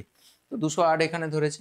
তাহলে এই যে 208 ন্যানোমিটার যে অতি ক্ষুদ্র তরঙ্গ দৈর্ঘ্যের যে সূর্যরশ্মি, এর প্রভাবে ওজোন স্তর নিম্নলিখিতভাবে ধ্বংস হয়। তাহলে প্রথমে কি হয়? ইউভিসি টাইপের যে তরঙ্গ, এটাতে কত তরঙ্গ দৈর্ঘ্যের রে রয়েছে গো? 208 ন্যানোমিটারের তরঙ্গ দৈর্ঘ্যের, এই তরঙ্গ দৈর্ঘ্যের হচ্ছে রশ্মি ওখান থেকে আসছে, ওজনের সঙ্গে বিক্রিয়া করছে।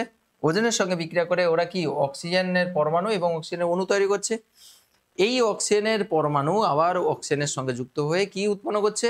O2 আর হচ্ছে O2 উৎপন্ন করছে। তাহলে এইভাবে ওজোন স্তর এইভাবে ক্ষতিগ্রস্ত, মানে ক্ষতিকর, মানে কি বলছে? ওজোন স্তরকে ক্ষতিগ্রস্ত করছে। হ্যাঁ, কি সব বলছে? ওজোন স্তরকে ক্ষতিগ্রস্ত করছে। এটা কার ভূমিকা হলো? ওজোন স্তর ধ্বংসে সূর্যরশ্মির ভূমিকা, এটা হলো ওজোন স্তরের ক্ষতিগ্রস্ত মানে ওজোন স্তর ক্ষয়কার্যের জন্য, ওজোন স্তরের ক্ষয়ের জন্য সূর্যরশ্মির ভূমিকা। সূর্যরশ্মির ভূমিকা কি? সূর্যরশ্মির কি ভূমিকা? সূর্যরশ্মিতে আর NO2 CFC এগুলো প্রডিউস করছে না, সে কি দিচ্ছে সেখান থেকে? খারাপ একটা জিনিস দিচ্ছে, সেটা হচ্ছে ইউভিসি। আবার তুমি এটা ভাবে না যে ইউভিসি শুধু খারাপ, ইউভিসির জন্য আবার O2 ভেঙে ওজোনও তৈরি হচ্ছে, কিন্তু ভালো খারাপ সবটাই রয়েছে। কিন্তু সবচেয়ে খারাপ ব্যাপার হলো যে O3 যদি বেশি পরিমাণে যদি ভাঙতে শুরু করে, সেটা হচ্ছে খারাপ ব্যাপার, তাই না? তাহলে সূর্যরশ্মির ভূমিকায় ওজোন স্তর ধ্বংসে সূর্যরশ্মির ভূমিকা যদি বলে, তাহলে পরীক্ষার জন্য এটা লিখতে হবে তোমাকে। এরপরে এই যে গ্যাসগুলো যেগুলো ছিল, এই যে NO2 CFC, এদের ভূমিকা কি? ক্লোরোফ্লুরোকার্বন, NO2 এদের ভূমিকা কি? আচ্ছা, সিএফসি তোমাকে বলে দিই, সিএফসি তে কি কি রয়েছে। সিএফসি তে ক্লোরোফ্লুরোকার্বন কি হতে পারে? আচ্ছা, মিথেন থেকে শুরু করছি, এটা হচ্ছে মিথেনের সংকেত। মিথেনে তুমি জাস্ট একটা করে হাইড্রোজেন আর একটা করে ক্লোরিন বের করে দাও, তাহলে একটা করে হাইড্রোজেন আর ক্লোরিন বের করে দিলে, তাহলে হাইড্রোজেন কটা পড়ে থাকবে? আচ্ছা সরি, একটা করে হাইড্রোজেন বের করে দেয়, একটা হচ্ছে ক্লোরিন ঢোকাও, তাহলে একটা হাইড্রোজেন। আচ্ছা আর একবার বলছি, ক্লোরোফ্লুরোকার্বন, তাহলে কার্বন তো থাকবে, তার সঙ্গে আর ক্লোরিন আর ফ্লোরিন থাকবে, তাহলে একটা ক্লোরিন আর একটা ফ্লোরিনকে ঢোকাও। ঢোকালে তাহলে কটা পরমাণু আছে? একটা, দুটো, তিনটে আছে, তাহলে আর একটা হাইড্রোজেন দিতে হবে এখানে, তাই না? টোটাল 4 হাত হবে, তাহলে CH ClF হয়ে গেল। আচ্ছা আর কি হতে পারে? এটাই কি শুধু ক্লোরোফ্লুরোকার্বন হতে পারে? না, এরকমও হতে পারে, CH2ClF, এটাও হতে পারে। 1 2 3 4। আচ্ছা এটাতে কি হলো? 4 হাত তো হলো না, CH2, এইটা 1 2 3 4, হ্যাঁ এইটা CH2 Cl আর হচ্ছে F, মানে কার্বনের হাত 4টা হয়, তোমরা অর্গানিক কেমিস্ট্রিতে শিখবে। তাহলে দুটো হাইড্রোজেন, একটা ক্লোরিন, একটা ফ্লোরিন, 4 হাত হয়ে গেল। দুটো হাইড্রোজেন, একটা ক্লোরিন, একটা ফ্লোরিন। আচ্ছা এই দুটোর মধ্যে এটার পার্থক্য কোথায়? আচ্ছা একটা হাইড্রোজেন কমিয়ে একটা ক্লোরিনও করে দিতে পারি, একটা হাইড্রোজেন কমিয়ে একটা ক্লোরিন করে দিতে পারি, তাহলে CH Cl3F এটা হতে পারে। আর কি এটা বেসিক ফ্লোরিন। আচ্ছা এখানে Cl3 করে দিলাম কেন? Cl2F এটা, ঠিক আছে। আর কি হতে পারে? আর হতে পারে CH Cl F2 হতে পারে। কি ভেরিয়েশন? অনেকগুলো ভেরিয়েশন, এগুলো সবই কিন্তু ক্লোরোফ্লুরোকার্বন। ক্লোরিন ফ্লোরিন মোটামুটি ধরার জন্য তুমি শুধু এটা খেয়াল রাখবে যে ক্লোরিন ফ্লোরিন এবং কার্বন থাকবে। ক্লোরোফ্লুরোকার্বনে ক্লোরিন ফ্লোরিন আর হচ্ছে কার্বন থাকবেই থাকবে। স্যার হাইড্রোজেন সবসময় থাকবে নাকি? না, এরকম নয়। ধরো CCl2F2, এটা কি ক্লোরোফ্লুরোকার্বন? ইয়েস, এটাও ক্লোরোফ্লুরোকার্বন। এটা কি ক্লোরোফ্লুরোকার্বন? Cl3F, ইয়েস, এটাও ক্লোরোফ্লুরোকার্বন। ClF3, CClF3, এটা কি ইয়েস, এগুলো সবই কিন্তু ক্লোরোফ্লুরোকার্বনের আন্ডারে পড়ছে, এইটা নয়। তাহলে CFC, এটাও CFC হতে পারে। কার্বন থাকবে আর ক্লোরিন ফ্লোরিন মাস্ট থাকবে, ঠিক আছে। এবার হাত ফিল আপ করতে তোমাকে তো হাইড্রোজেন নিয়ে আসতে হবে, তাই না? ওই জন্য এরকম করা হয়েছে। তাহলে এগুলো সবই কিন্তু ক্লোরোফ্লুরোকার্বন।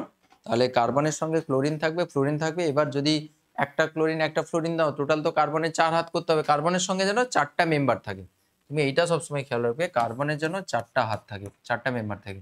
এবার একটা হাতে যদি ক্লোরিন দিয়ে দাও, একটাতে ফ্লোরিন দাও, বাকি হাইড্রোজেন দিয়ে ফিল আপ করবে, এটা একটা হতে পারে। 4 হাত করে দিলে, ধরো দুটো ক্লোরিন দিয়েছো, তাহলে দুটো ফ্লোরিনও দিতে পারো, এটা হতে পারে। তারপরে ধরো সাপোজ একটাতে ধরো সাপোজ একটা হাইড্রোজেন দিয়েছো, একটা ক্লোরিন দিয়েছো, তাহলে অবশ্যই ফ্লোরিন একটা দিতে হবে। ফ্লোরিন দুটোও দিতে পারো, তিনটেও দিতে পারো, যেটা খুশি করতে পারো, কিন্তু কার্বনের সঙ্গে ক্লোরিন আর ফ্লোরিন যেন থাকে, তাদেরকে কি বলবো? ক্লোরোফ্লুরোকার্বন বলবো। এখন আমরা যেটা দেখবো, এই NO2 এবং CFC ক্লোরোফ্লুরোকার্বন, এগুলো কিভাবে আমাদের ওজোন স্তরকে ধ্বংস করছে সেটা সম্বন্ধে ডিসকাস করতে হবে। কি হয়? শীততাপ নিয়ন্ত্রণের মেশিন, রেফ্রিজারেটর ইত্যাদিতে ব্যবহৃত CFC, এগুলো বাষ্পায়িত হয়ে স্ট্র্যাটোস্ফিয়ারে প্রবেশ করে এবং ওজোন স্তরের ভাঙন ঘটায়। তাহলে এই শীততাপ নিয়ন্ত্রিত এই যে এসি, রেফ্রিজারেটর, হ্যাঁ, এগুলো থেকে অ্যাকচুয়ালি CFC বেরোয়, ক্লোরোফ্লুরোকার্বনগুলো বেরোয়। যে এগুলো কি করে? CFC সূর্যরশ্মির প্রভাবে বিয়োজিত হয়ে যায়। এই CFC কি হয়? সূর্যালোকের যে ইউভি রশ্মির প্রভাবে বিয়োজিত হয়ে সক্রিয় ক্লোরিন পরমাণু উৎপন্ন করে। সেখানে সক্রিয় অক্সিজেন পরমাণু সূর্যালোকের প্রভাবে সক্রিয় অক্সিজেন উৎপন্ন হয়েছিল, এখানে সক্রিয় ক্লোরিন পরমাণু, খেয়াল রাখবে। তাহলে সিএফসি ভেঙে সূর্যালোকের প্রভাবে ভেঙে ইউভি রশ্মির প্রভাবে ভেঙে সক্রিয় ক্লোরিন পরমাণু উৎপন্ন করে না, হ্যাঁ সিএফসি থেকে হচ্ছে সক্রিয় ক্লোরিন পরমাণু উৎপন্ন হয়, আর সূর্যরশ্মির প্রভাবে ওজোন ভেঙে কি হয়, সক্রিয় অক্সিজেন পরমাণু উৎপন্ন করে। ঠিক আছে, তাহলে এখানে সক্রিয় ক্লোরিন পরমাণু উৎপন্ন হয় সিএফসির থেকে। এই যে সক্রিয় ক্লোরিন পরমাণু, এই ক্লোরিন পরমাণু O3 সঙ্গে বিক্রিয়া করবে, ওজনের সঙ্গে বিক্রিয়া করবে, ওজনের সঙ্গে বিক্রিয়া করে সে ওজোন স্তরকে ক্ষয় ঘটাবে, ওজোন স্তরের হচ্ছে ক্ষয় কার্য ঘটাবে। এখানে তার মেকানিজমটা দেওয়া রয়েছে, দেখো CFCl3, এটা যে কোনো একটা ক্লোরোফ্লুরোকার্বন হচ্ছে, তুমি ভাববে না যে এটাই শুধু সিএফসি, আমি যেগুলো দেখালাম সেগুলো সবই হচ্ছে সিএফসি, এইদিকে যেটা লিখছিলাম। তাহলে এখানে একটা ধরা হয়েছে, দেখো ফ্লোরিন ক্লোরিন রয়েছে, একটা ফ্লোরিন 3টা ক্লোরিন রয়েছে, কার্বনের 4টা হাত করতে হবে, তাই 4টা হাতই করেছে। তাহলে ক্লোরোফ্লুরোকার্বন ইউভি রশ্মির প্রভাবে ওটা ভেঙে কি উৎপন্ন করবে, সক্রিয় ক্লোরিন উৎপন্ন হচ্ছে, এটা হচ্ছে সক্রিয় ক্লোরিন। এটা কি সক্রিয় ক্লোরিন, এটা হচ্ছে সক্রিয় ক্লোরিন উৎপন্ন করেছে। ঠিক আছে, সক্রিয় ক্লোরিন উৎপন্ন হলো, এই সক্রিয় ক্লোরিন এবার কি করবে, ওজনের সঙ্গে বিক্রিয়া করবে, ওজনের সঙ্গে বিক্রিয়া করে কি উৎপন্ন করো, ClO, মানে তুমি এরকম ভেঙে নেবে, একটা অক্সিজেনকে বের করে দেবে আর একটা O2 করে দেবে, তাহলে O2টা বেরিয়ে চলে গেল, এই অক্সিজেন আর ক্লোরিন যুক্ত হয়ে ClO উৎপন্ন করলো। এই যে ClO এ আবার পুনরায় আবার কি করবে, ওজনের সঙ্গে বিক্রিয়া করবে। তাহলে বুঝতে পারছো ওজন এখানে কত খেয়ে নিচ্ছে, ওজন লেয়ারের থেকে কত ওজনকে খেয়ে নিচ্ছে। দেখো এখানে সক্রিয় ক্লোরিন ওজনকে খেয়ে নিল, যে এটা উৎপন্ন করলো, বাবুরাম আবার ছাড়লো না ওজনকে, আবার ওজনের সঙ্গে বিক্রিয়া করে আবার সক্রিয় ক্লোরিন উৎপন্ন করলো এবং তার সঙ্গে O2। যদি এখানে ওজনটা আবার যদি মানে উৎপাদিত হতো তাহলে ঠিকঠাক ছিল, কিন্তু দেখো সেই ওজনকে নিয়ে নিচ্ছে কিন্তু অন্যান্য জিনিসপত্র উৎপন্ন করছে, আবার সক্রিয় ক্লোরিন উৎপন্ন করছে। এই সক্রিয় ক্লোরিন তো আবার কি করবে, পুনরায় আবার ওজনের সঙ্গে বিক্রিয়া করে আবার এটা উৎপন্ন করে দিয়ে এরকম করে চলতে থাকবে চেন রিঅ্যাকশনের মতো। বুঝতে পেরেছো, অ্যাকচুয়ালি ক্লোরিন, সক্রিয় ক্লোরিন বলতে এখানে ক্লোরিন রেডিক্যাল বলা হয়, ক্লোরিন ডট অ্যাকচুয়ালি তৈরি হয়, ক্লোরিনের উপরে ডট, এখানে মুক্তমূলক বলা হয়, ক্লোরিন মুক্তমূলক। এখন সক্রিয় ক্লোরিন খেয়াল রাখো, পরে পড়বে এটা।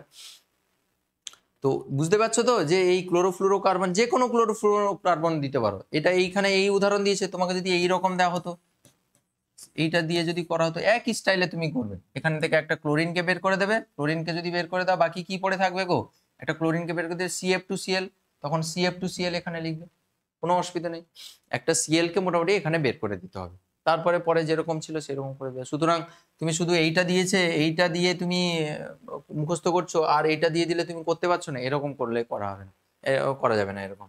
তোমাকে যা দিল কি হয়েছে তুমি সব ক্ষেত্রে করে দিতে পারবে। আচ্ছা, এটা হলো ক্লোরোফ্লুরোকার্বন কিভাবে ধ্বংস করছে, এটা হলো।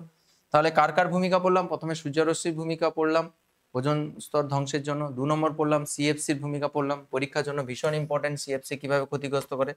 3 নম্বর আমরা ওই যে নাইট্রোজেনের যে অক্সাইডগুলো NO আর হচ্ছে NO2, এই সকল গ্যাসগুলো কিভাবে ওজোন স্তরকে ধ্বংস করছে সেটা পড়তে হবে।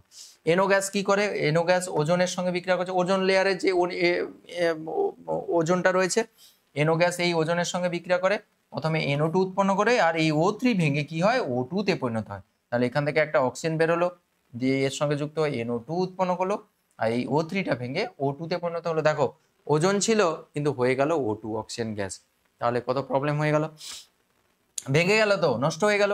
আবার এখানে দেখো NO2 গ্যাস আবার ওজনের সঙ্গে বিক্রিয়া করে কি উৎপন্ন করবে, এখান থেকে একটা অক্সিজেন যদি তুমি ভেঙে দাও, বের করে দাও, তাহলে O2 তে পরিণত হবে।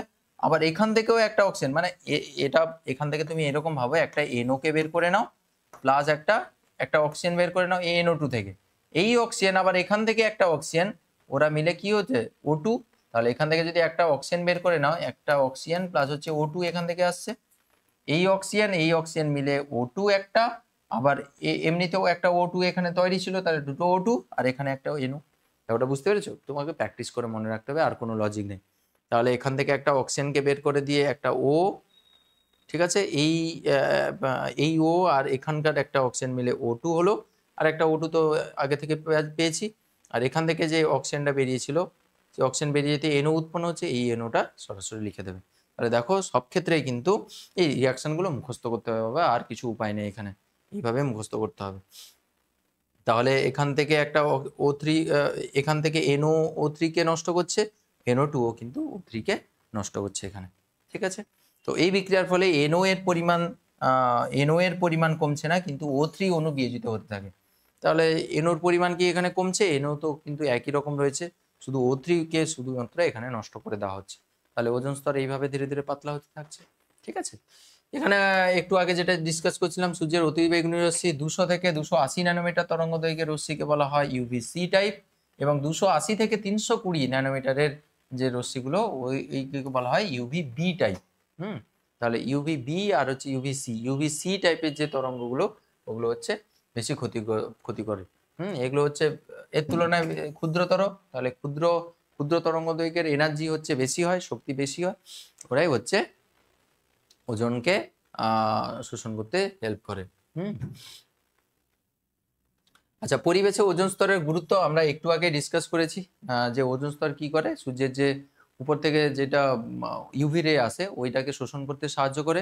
তাহলে ওজোন স্তর জীবকুল এবং উদ্ভিদ জগতের কাছে প্রাকৃতিক সৌর পর্দা হিসাবে কাজ করে। তাহলে সৌর পর্দা, প্রাকৃতিক সৌর পর্দা কি এবং এর কাজ কি, এরকম করে পরীক্ষায় কোশ্চেন আসতে পারে, ভালো করে খেয়াল রাখবে। প্রাকৃতিক সৌর পর্দা কি?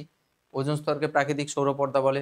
ওজোন স্তর ধ্বংস হলে অতিবেগুনি রশ্মি পৃথিবী পৃষ্ঠে পৌঁছবে। এক্ষুনি যেটা বলেছিলাম যে ওজোন স্তর যদি ধ্বংস হয়ে যায় তাহলে সূর্য থেকে যে ক্ষতিকর অতিবেগুনি রশ্মি ওগুলো কি হবে, পৃথিবী পৃষ্ঠে পৌঁছে যাবে। এর ফলে স্বাস্থ্য এবং পরিবেশের উপর নিম্নলিখিত ক্ষতিকারক প্রভাব দেখা যাবে। কি কি ক্ষতিকারক প্রভাব?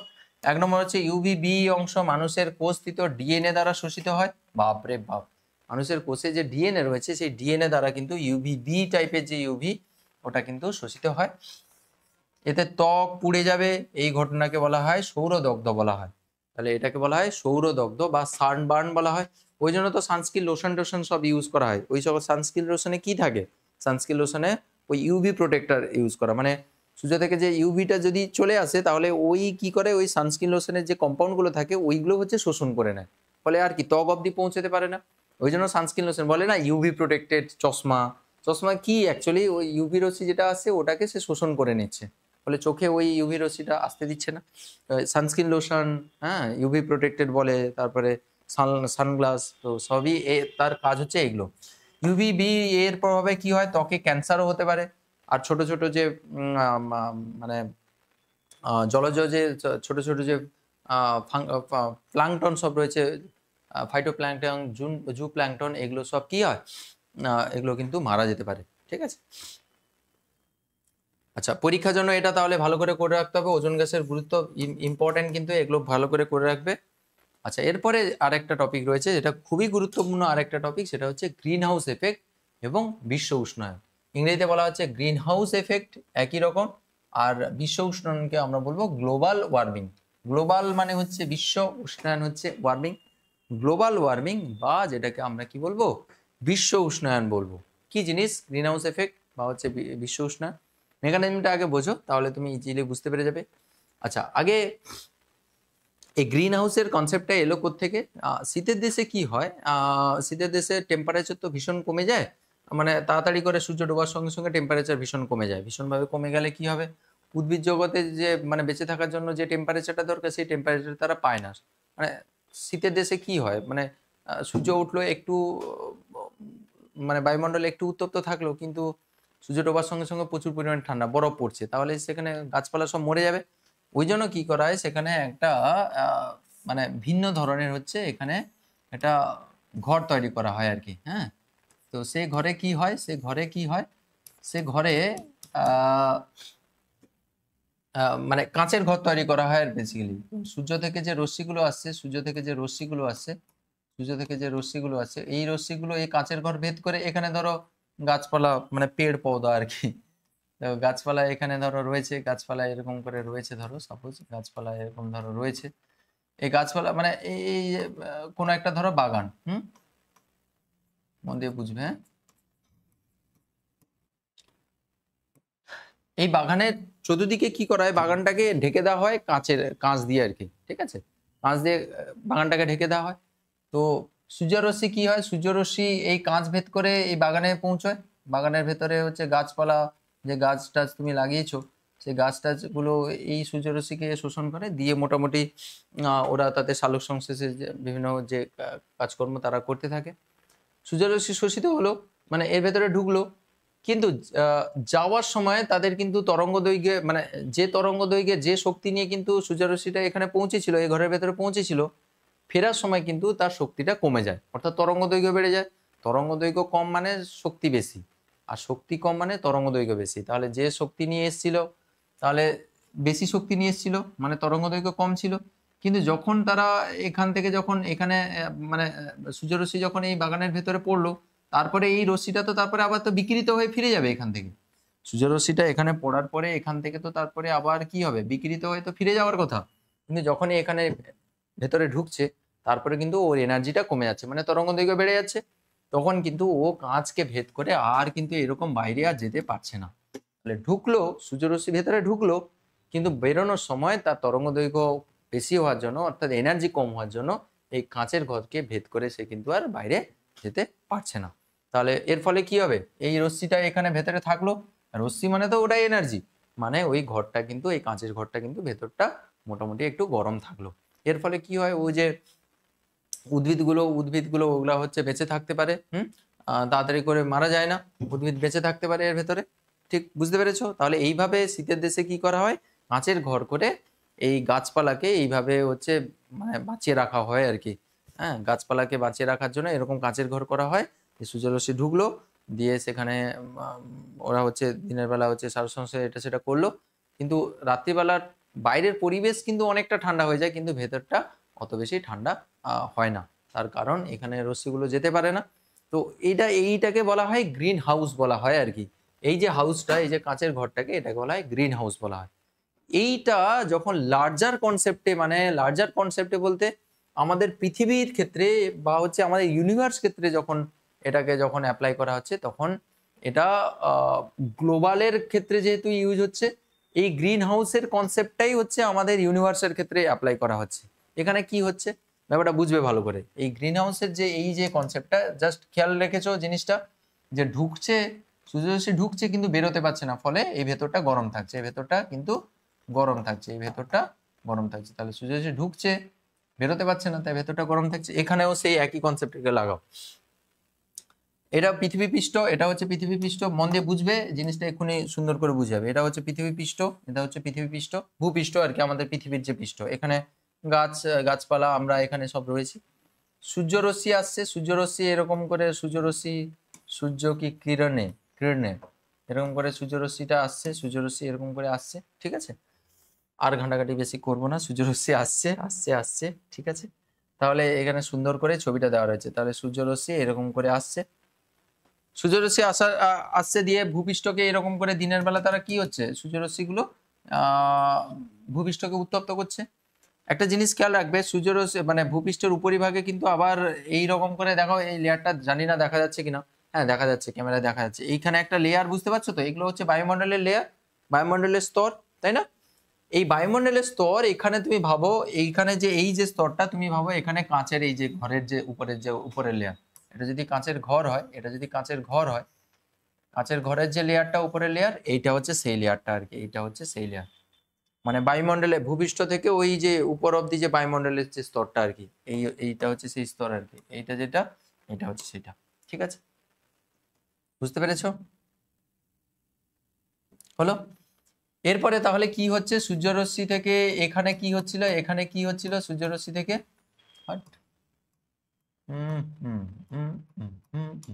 সূর্যরশ্মি থেকে এইরকম করে কাঁচের ঘরে সূর্যরশ্মি ঢুকছিল। এখানেও কিন্তু সূর্যরশ্মি কি হচ্ছে, কাঁচের ঘর না, এই যে লেয়ারটা, এইটাকে তুমি ভাবো বায়ুমণ্ডলের লেয়ার। তাহলে এখান থেকে এইখানে ঢুকছে, এখানে যেরকম কাঁচের ঘরের ভিতরে ঢুকছিল, এখানে কাঁচের ঘর বলতে কোনটা, এই কাঁচের ঘর বলতে এই বায়ুমণ্ডলের লেয়ার। এখানে কাঁচের ঘর যেটা বলছি, এটা হচ্ছে বায়ুমণ্ডলের লেয়ারে। তাহলে ভেতরে ঢুকে গেল, দিয়ে এখানে গাছপালা পশু পাখি এরা হচ্ছে এই শক্তিটা শোষণ করছে, দিয়ে মানে এই এই বায়ুমণ্ডল সহ এই ভূপৃষ্ঠ তাহলে উত্তপ্ত হচ্ছে। এখানে গাছপালা এরা হচ্ছে উত্তপ্ত হচ্ছিল, গাছপালা এরা হচ্ছে উত্তপ্ত হচ্ছিল। হ্যাঁ, গাছপালা থেকে কি এঁকে দিলাম, গাছপালা এখানে হচ্ছে উত্তপ্ত হচ্ছিল, গাছপালা উত্তপ্ত হচ্ছিল। এখানে কিন্তু গাছপালা সহ কিন্তু সবাই এই মানে রশ্মিটা শোষণ করছে, ফলে এই ভূপৃষ্ঠ উত্তপ্ত হচ্ছে এবং তাদের এই গাছপালা তাদের হচ্ছে সালোক সংশ্লেষের কাজকর্ম আরে করছে।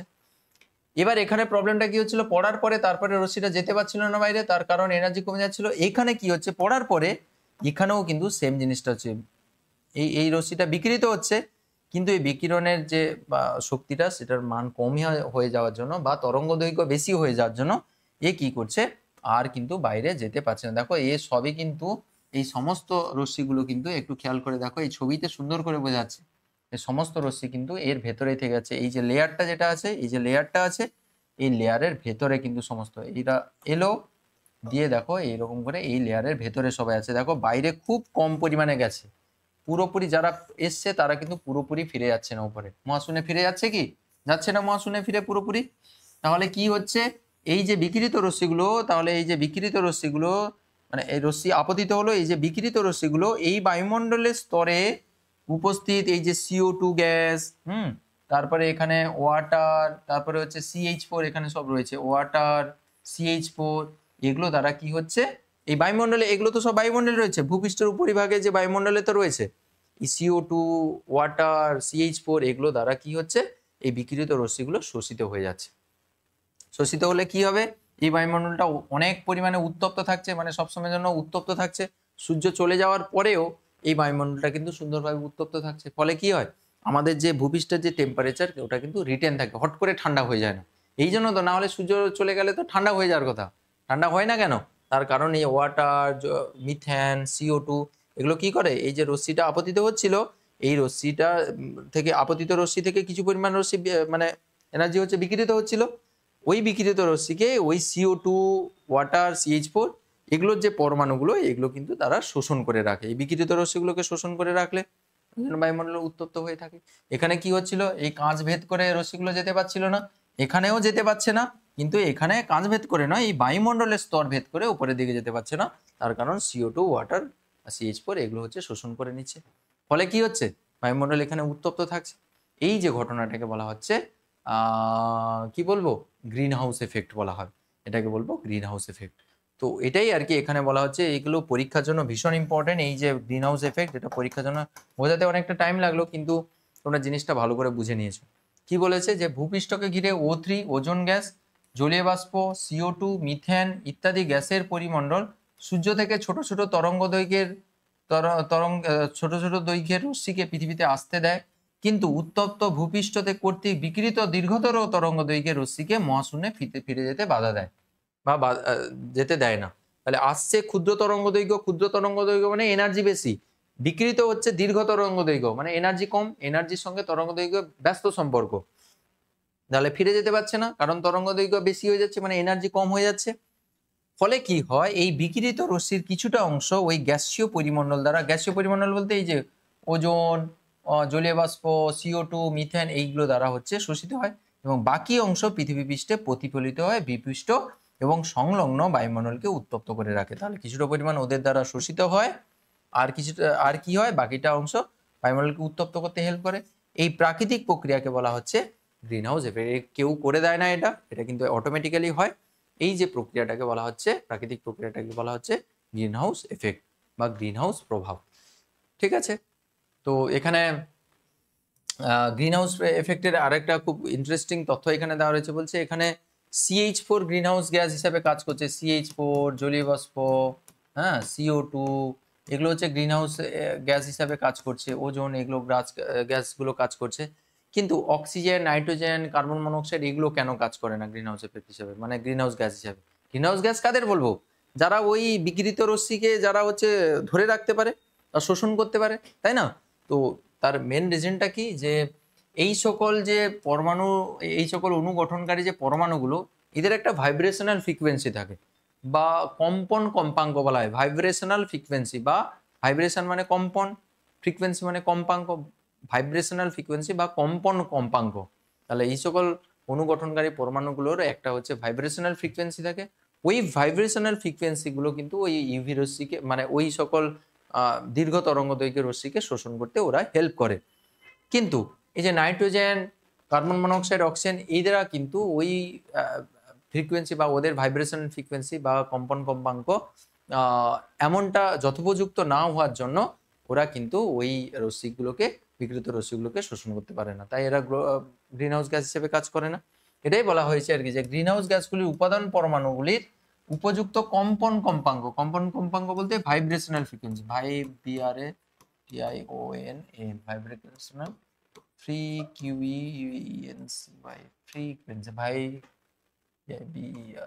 Vibrational frequency. হ্যাঁ, ভাইব্রেশন মানে হচ্ছে কম্পন, ফ্রিকোয়েন্সি মানে কম্পাঙ্ক।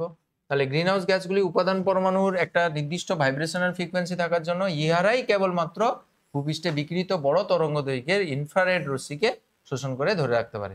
এই গ্যাসগুলি গ্লোবাল ওয়ার্মিং এর জন্য দায়ী। তাহলে এরাই যদি তাপশক্তি মানে ওই দীর্ঘ তরঙ্গ দৈর্ঘ্যের রশ্মিকে যদি শোষণ করে, তাহলে ভূপৃষ্ঠে উষ্ণতা বাড়াতে ওরা হেল্প করছে। ভূপৃষ্ঠে উষ্ণতা বাড়াকে কি বলা হয়?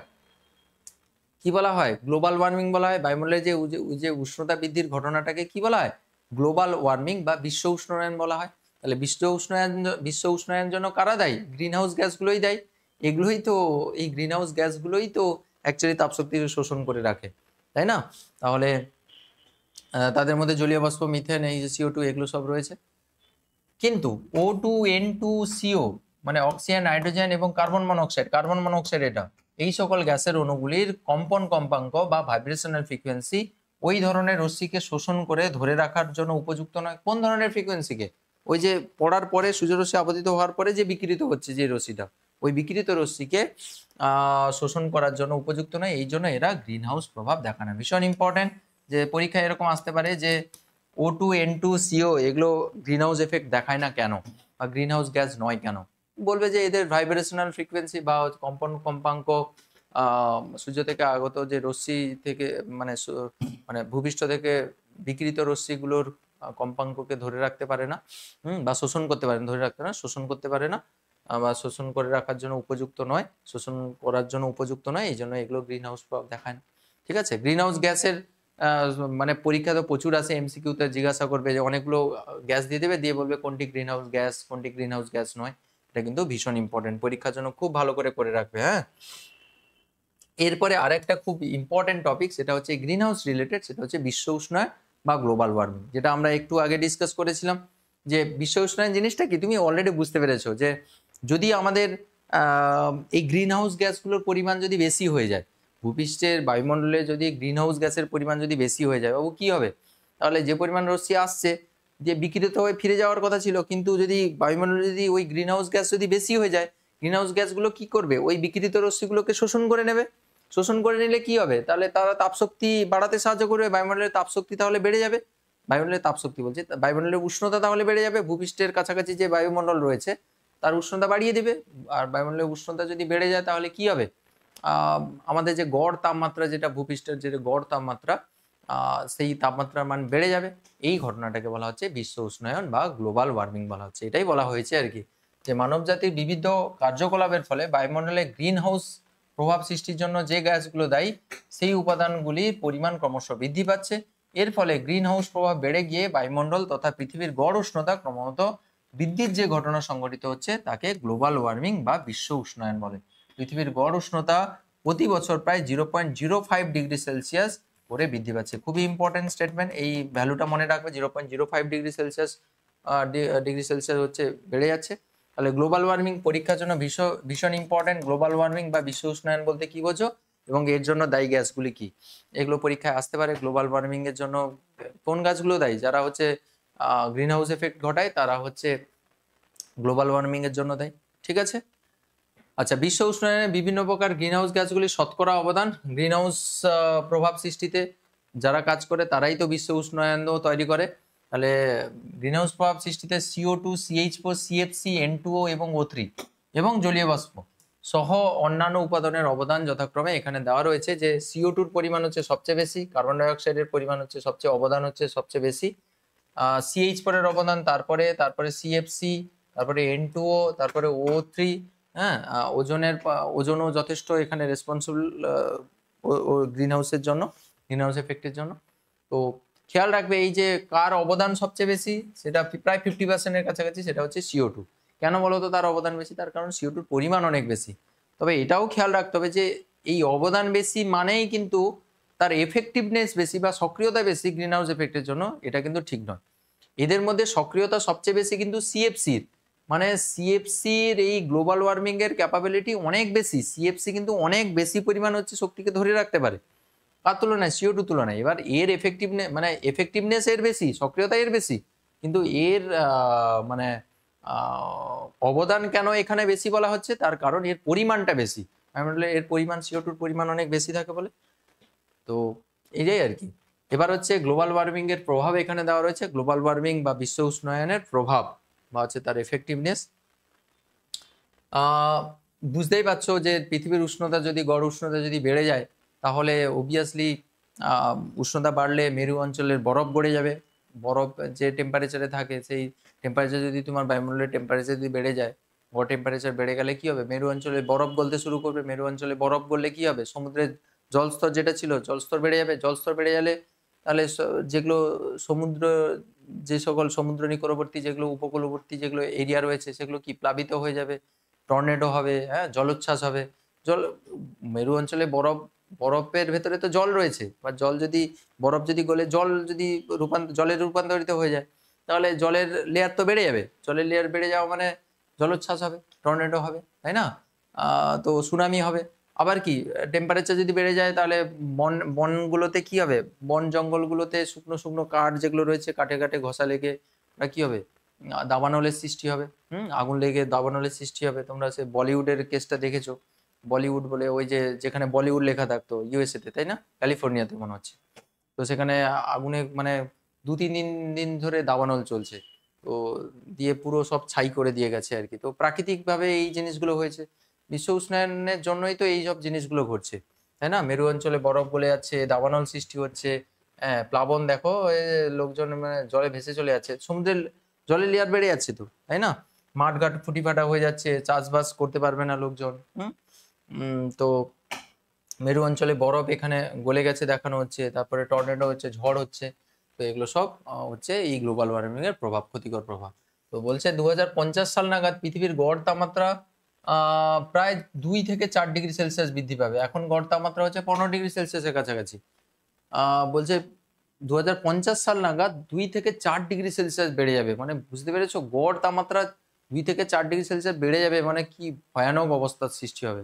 যেখানে সেখানে দাবানল, যেখানে সেখানে হচ্ছে আগুন জ্বলে যাবে। সমুদ্র জলের CO2 শোষণ ক্ষমতা কমে যাবে। সমুদ্র জলের CO2 শোষণ ক্ষমতা কমে যাবে তখন উষ্ণতা বাড়ালে।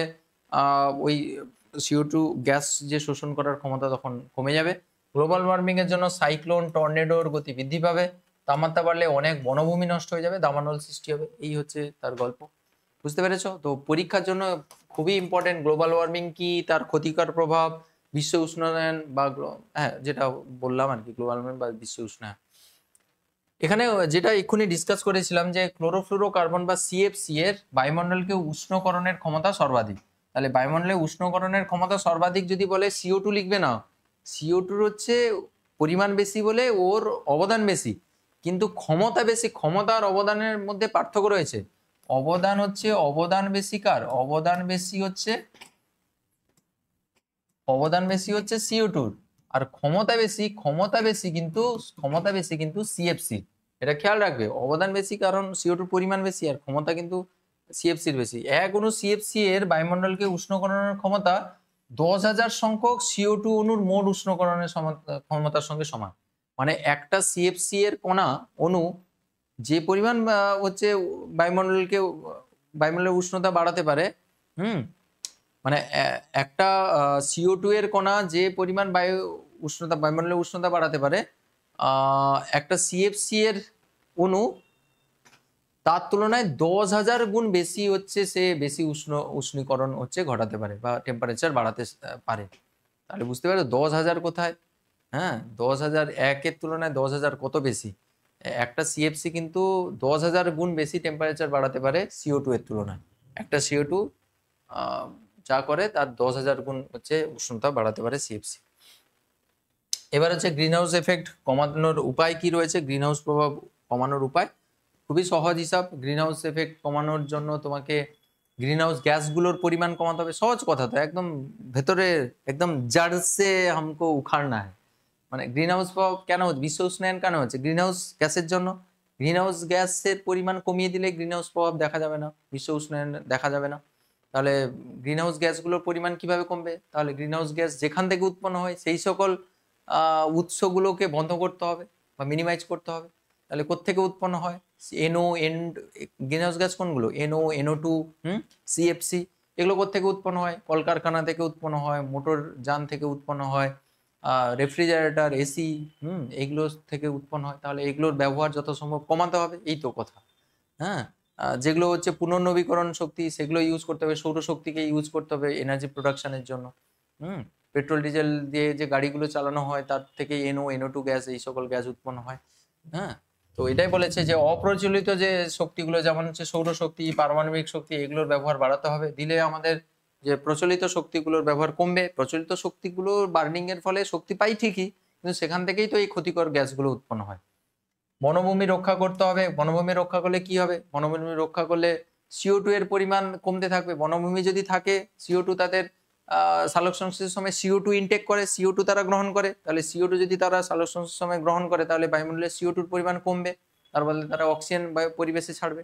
তাহলে CO2 এর পরিমাণ কমে যাবে। তাহলে বনভূমি রক্ষা করলেই তখন CO2 এর পরিমাণ কমবে এবং বনসৃজনে জোর দিতে হবে। ফ্রেয়ন, সিএফসি ইত্যাদির ব্যবহার 50% হ্রাস করতে হবে। ফ্রেয়ন, সিএফসি, এই ক্লোরোফ্লুরোকার্বনকে ফ্রেয়নও বলা হয়। তো ফ্রেয়নের কিছু ভাগও রয়েছে যদিও। আচ্ছা, এইগুলোর ব্যবহার কমাতে হলে এসি, রেফ্রিজারেটর এদের মানে ব্যবহার হচ্ছে কমাতে হবে। শিল্প কারখানায় দূষণ গ্যাস পরিশোধনে উপযুক্ত ব্যবস্থা নিতে হবে। শিল্প কারখানায় NO2 এই সকল যে ক্ষতিকর গ্যাসগুলো, এগুলো হচ্ছে প্রচুর পরিমাণ নির্গত হয়। তো তাদেরকে যাতে উৎপন্ন কম করা যায় বা যেগুলো উৎপন্ন হলেও তাদেরকে কিভাবে মানে ট্র্যাপ করা যায় সেই ব্যবস্থাটা নিতে হবে। মোটর গাড়ির যথেষ্ট ব্যবহার কমাতে হবে। মোটর গাড়ি থেকে NO2 গ্যাস, এই যে নাইট্রোজেনের যে বিভিন্ন অক্সাইডগুলো, এগুলো মোটর গাড়ি থেকে আসে। তো সেগুলোর ব্যবহার যদি কমিয়ে দেয় তাহলে হয়ে যাবে। ওই জন্য ধোঁয়া পরীক্ষা করাতে বলে। ধোঁয়া বেশি বেশি দিনের যদি ইঞ্জিন হয়ে যায় তাহলে কি হবে? ওখান থেকে নাইট্রোজেনের অক্সাইড, নাইট্রোজেনের NO2 গ্যাস, এই সকল গ্যাসগুলো উৎপন্ন হবে। তো মোটর গাড়ির যথেচ্ছ ব্যবহার যদি কমানো হয় তাহলে NO2 গ্যাস, এই সকল গ্যাসগুলো কম পরিমাণে উৎপন্ন হবে। ঠিক আছে। আচ্ছা, লাস্ট রয়েছে যে গ্রিন হাউস এফেক্টের সুফল। এটা কিন্তু ভীষণ ইম্পর্টেন্ট। তোমরা এতক্ষণ দেখলে গ্রিন হাউস এফেক্টের আমরা হচ্ছে কুফল সম্বন্ধে ডিসকাস করেছিলাম। এটা হচ্ছে গ্রিন হাউস এফেক্টের সুফল। গ্রিন হাউস এফেক্টের সুফল পরীক্ষার জন্য আসতে পারে, কিন্তু ভীষণ ইম্পর্টেন্ট। গ্রিন হাউস এফেক্টের সুফল কি? গ্রিন হাউস এফেক্টের সুফল বুঝতেই পারছো। গ্রিন হাউস গ্যাসগুলো আছে বলেই তো বায়ুমণ্ডলে মানে পৃথিবী পৃষ্ঠ মানে সূর্য থেকে কি আসছে? সৌরশক্তি আসছে, তরঙ্গের আকারে আসছে, দিয়ে পৃথিবী পৃষ্ঠে পড়ছে। সেখান থেকে ওই রশ্মিগুলো বিকৃত হয়ে চলে যাচ্ছে। এবার বায়ুমণ্ডলের যে স্তরটা রয়েছে, ওই স্তরের মানে বায়ুমণ্ডলের যে স্তরটা ওই বিকৃত রশ্মিকে শোষণ করছে বলেই তো বায়ুমণ্ডলটা উত্তপ্ত থাকছে। না হলে তো টেম্পারেচার অনেক কমে যেত। যদি সেই রশ্মিগুলো বিকৃত হয়ে যদি সব পালিয়ে যেত, বায়ুমণ্ডলকে ভেতর করে যদি চলে যেত, তাহলে কি হতো? পৃথিবীর গড় টেম্পারেচার কিন্তু কমে যেত। তাহলে কমে গেলে তখন উদ্ভিদ প্রাণী আমরা থাকতে পারতাম না, বেঁচে থাকতেই পারতাম না, তাই না? তাহলে উষ্ণতা অনেক কমে যেত। এটাই বলা হয়েছে আর কি, যে গ্রিন হাউস গ্যাসগুলি না থাকলে কি হতো? পৃথিবীর গড় উষ্ণতা দাঁড়াতো -23°C। এটা বুঝতে পেরেছো তো? কত টেম্পারেচার কমে যেত? তাহলে আমরা বাঁচতেই পারতাম না। এই উষ্ণতায় জীবজগতের অস্তিত্বের পক্ষে অনুকূল নয়। গ্রিন হাউস এফেক্টের ফলে গড় তাপমাত্রা আরো বেড়ে 32°C থেকে, আচ্ছা, গড় তাপমাত্রা আরো বেড়ে 32°C বেড়ে 15°C পৌঁছেছে। মানে এখান থেকে বেড়ে 15°C হচ্ছে গড়, আমাদের গড় পৃথিবীপৃষ্ঠের গড় উষ্ণতা হচ্ছে 15°C।